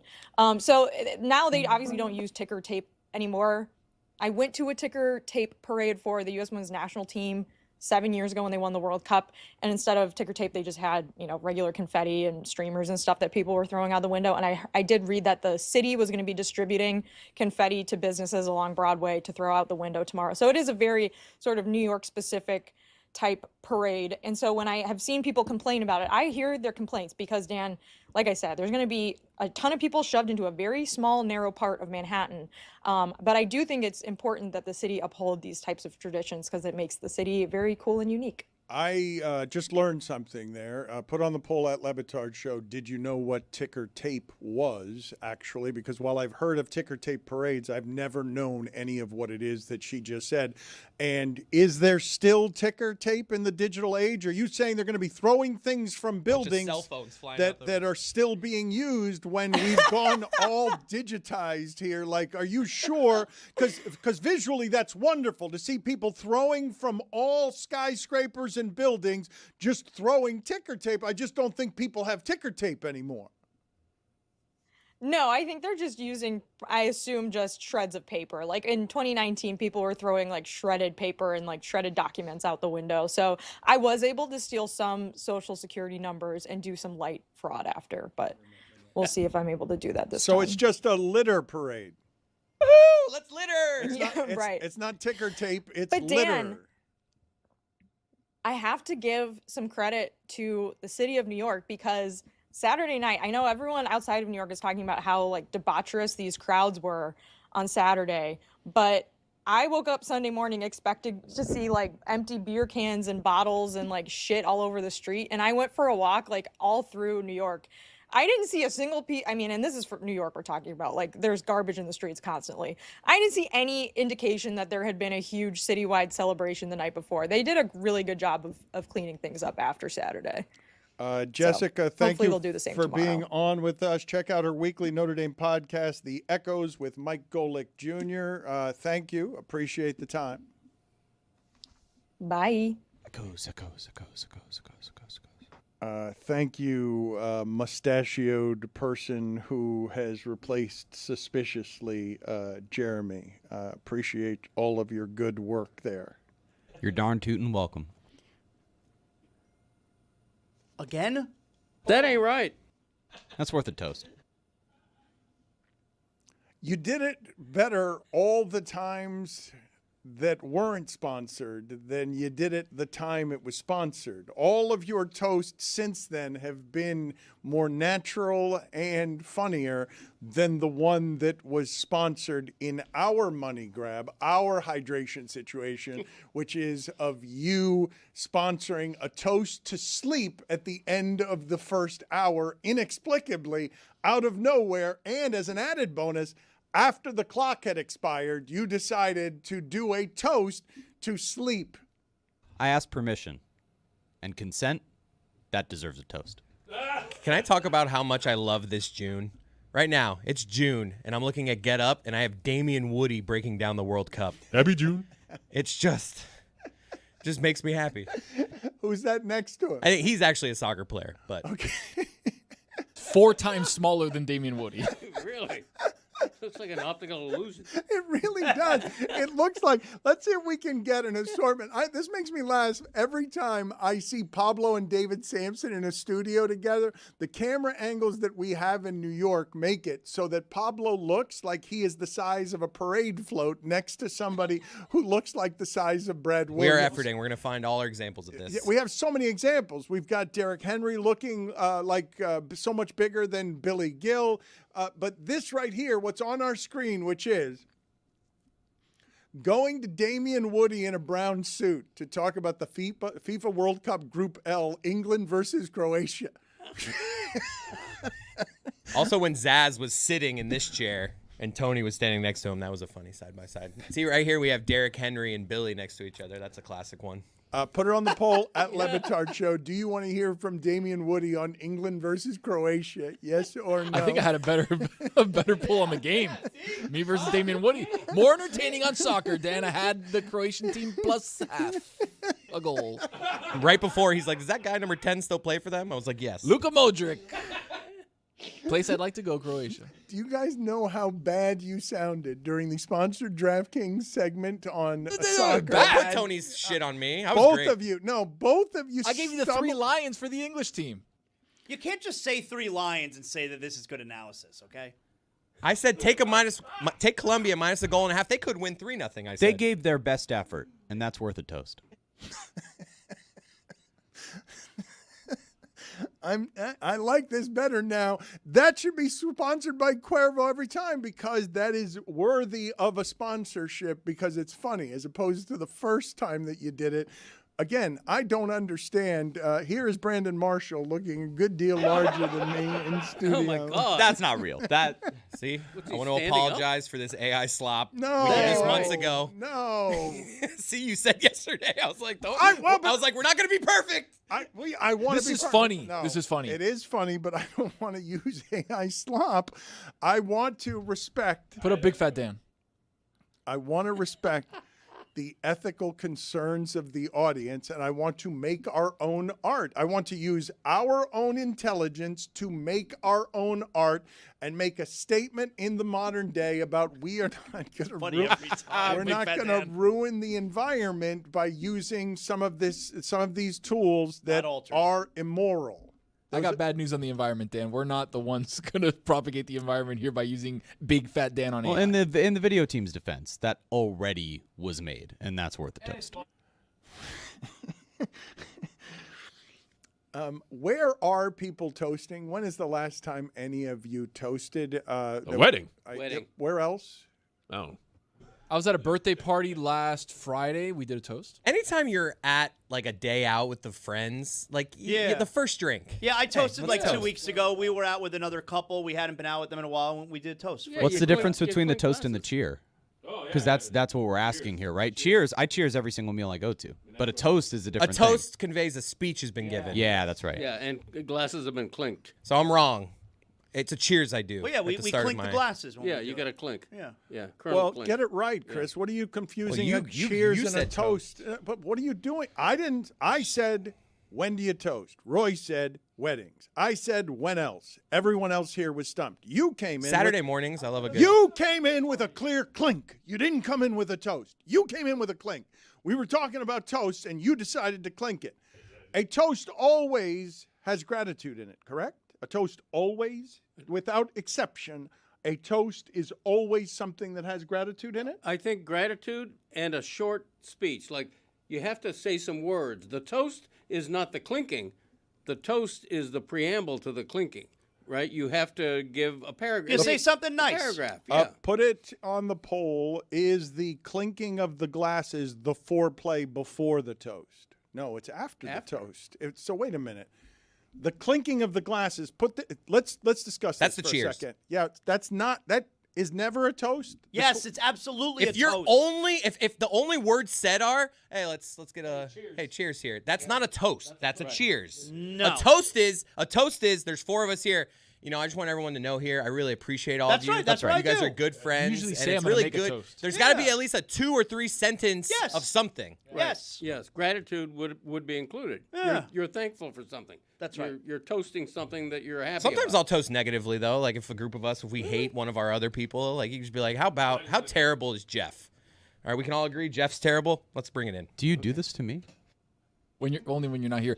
A toast is always preceded by knife on the glass. Ding, ding, ding, ding, ding, ding. It's only at a wedding. You're ridiculous. Not true. Doing Starter. that. What? Starter. You know how stupid I would look if I'm sitting with 2 or 3 people and I start clinking my Chili's glass? clinking With a big on that crowd, though, you have to. plastic cup at Chili's. Need the attention. I love Chili's. That's worth the If you're toast. in a crowd with more than 12 people, you Exactly clink. right, Greg. You clink to get One people's attention. And if it's a loud place, maybe less than 12 people. One What thing- if you're at a restaurant, one you got 8?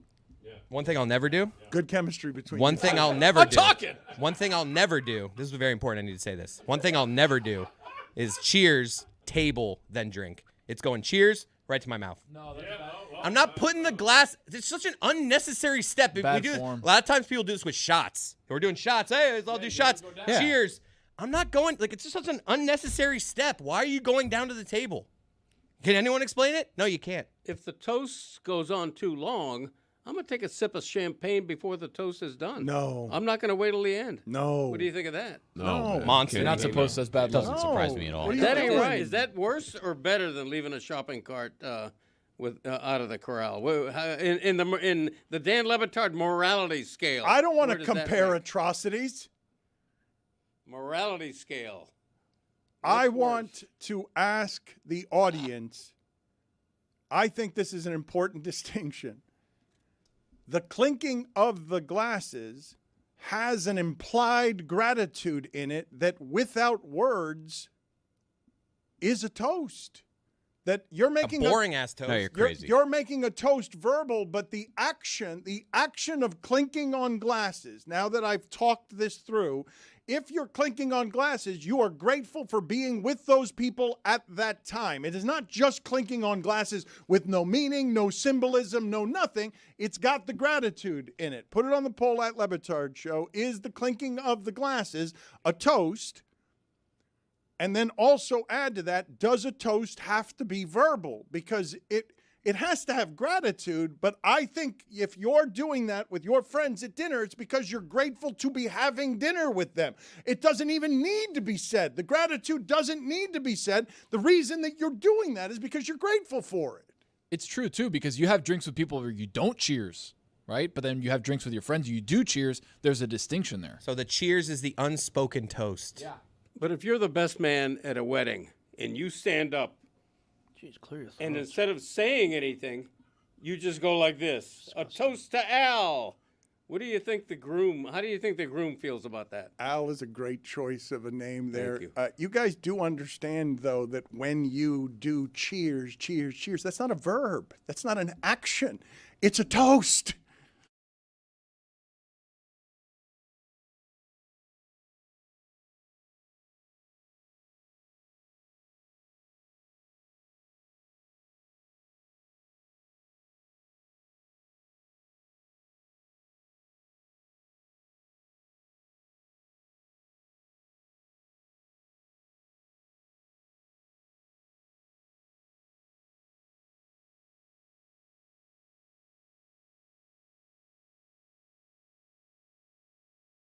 I have to go back to Chris Cody here because I'm not sure that I knew this.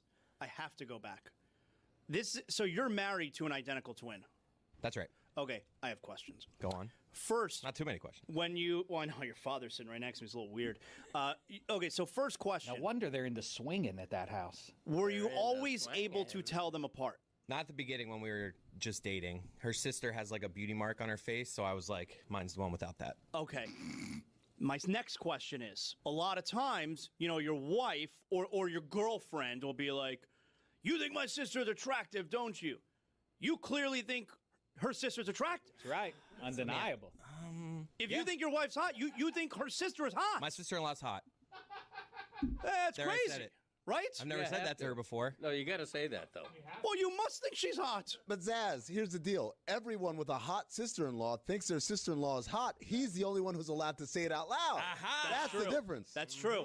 That's true. Not like the rest of us are like, oh, my sister-in-law is terrible. Like, if you got a hot one, you're like, oh, my God, she's hot, but you just can't say it out loud. Yeah. And are they actually different? They're very similar in a lot of ways. So how'd you choose? The other one was taken. Papa Cody, wait a second now. You experience this. I mean, do you find one more charming than the other?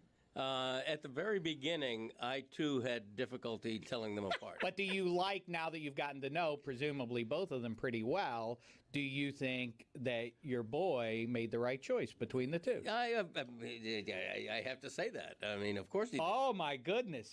Of course he did. Now. I love my daughter-in-law, but they're eerily alike. Now, not just physical. What I'm about to admit now is a little embarrassing. Go on.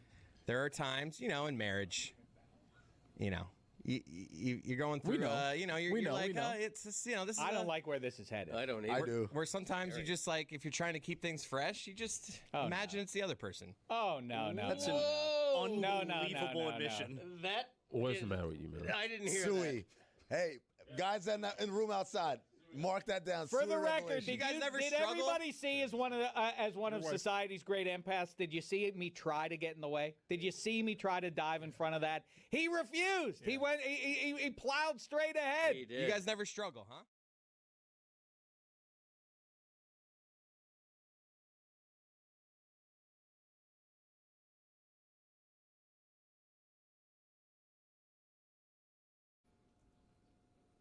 Let's bring aboard Juju here. Juju, what did you make of the supermarket behavior that was displayed on the show today?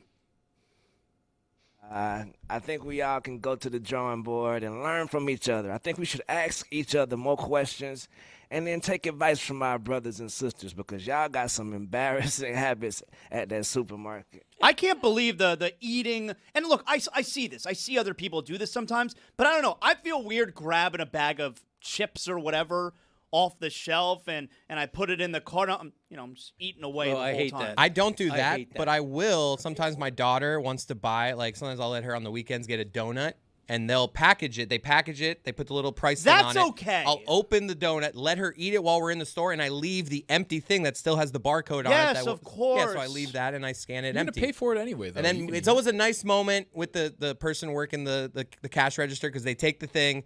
And they're like, where'd this thing? They always do the thing of like, hey, this is who stole this? And then my daughter is like, oh, sorry, I ate it. It's always adorable. Now this is important, okay, Juju, and I didn't bring this up earlier, so I'll bring it up here with you.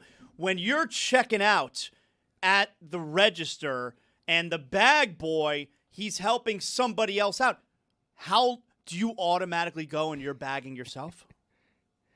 I 100% bag my groceries every single time I go to the grocery store, man. I feel like that's for elderly people and people who don't have the capability to bag their own self or big tippers. I dare you to, I frown upon people who allow the bad boy to bag their bags, put them in the car, and they be like, all right, bro. Well, what if it's a store like Publix? It's policy. Yes. You're not allowed to tip. I'm telling you, they take it.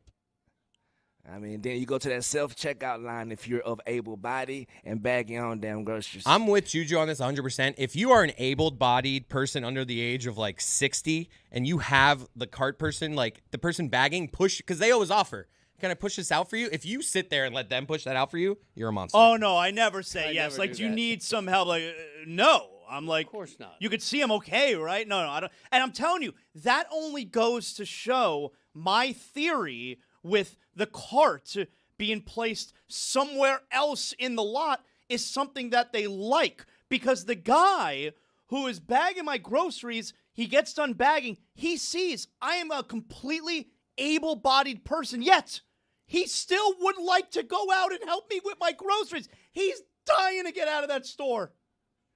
Nah. You heard my seminar. I mean, he's in the not same wrong. way you dying to come on the alley-oop because you work at Middle Line. Juju, you got some polls for us today. What do we got? Yes, sir, man. Who do you trust more on NBA news? Kendrick Perkins or Gary Washburn? Come on, Gary. 66% of the audience says Gary Washburn. Yeah. Put him up. You did? Yeah, that makes sense. What a victory.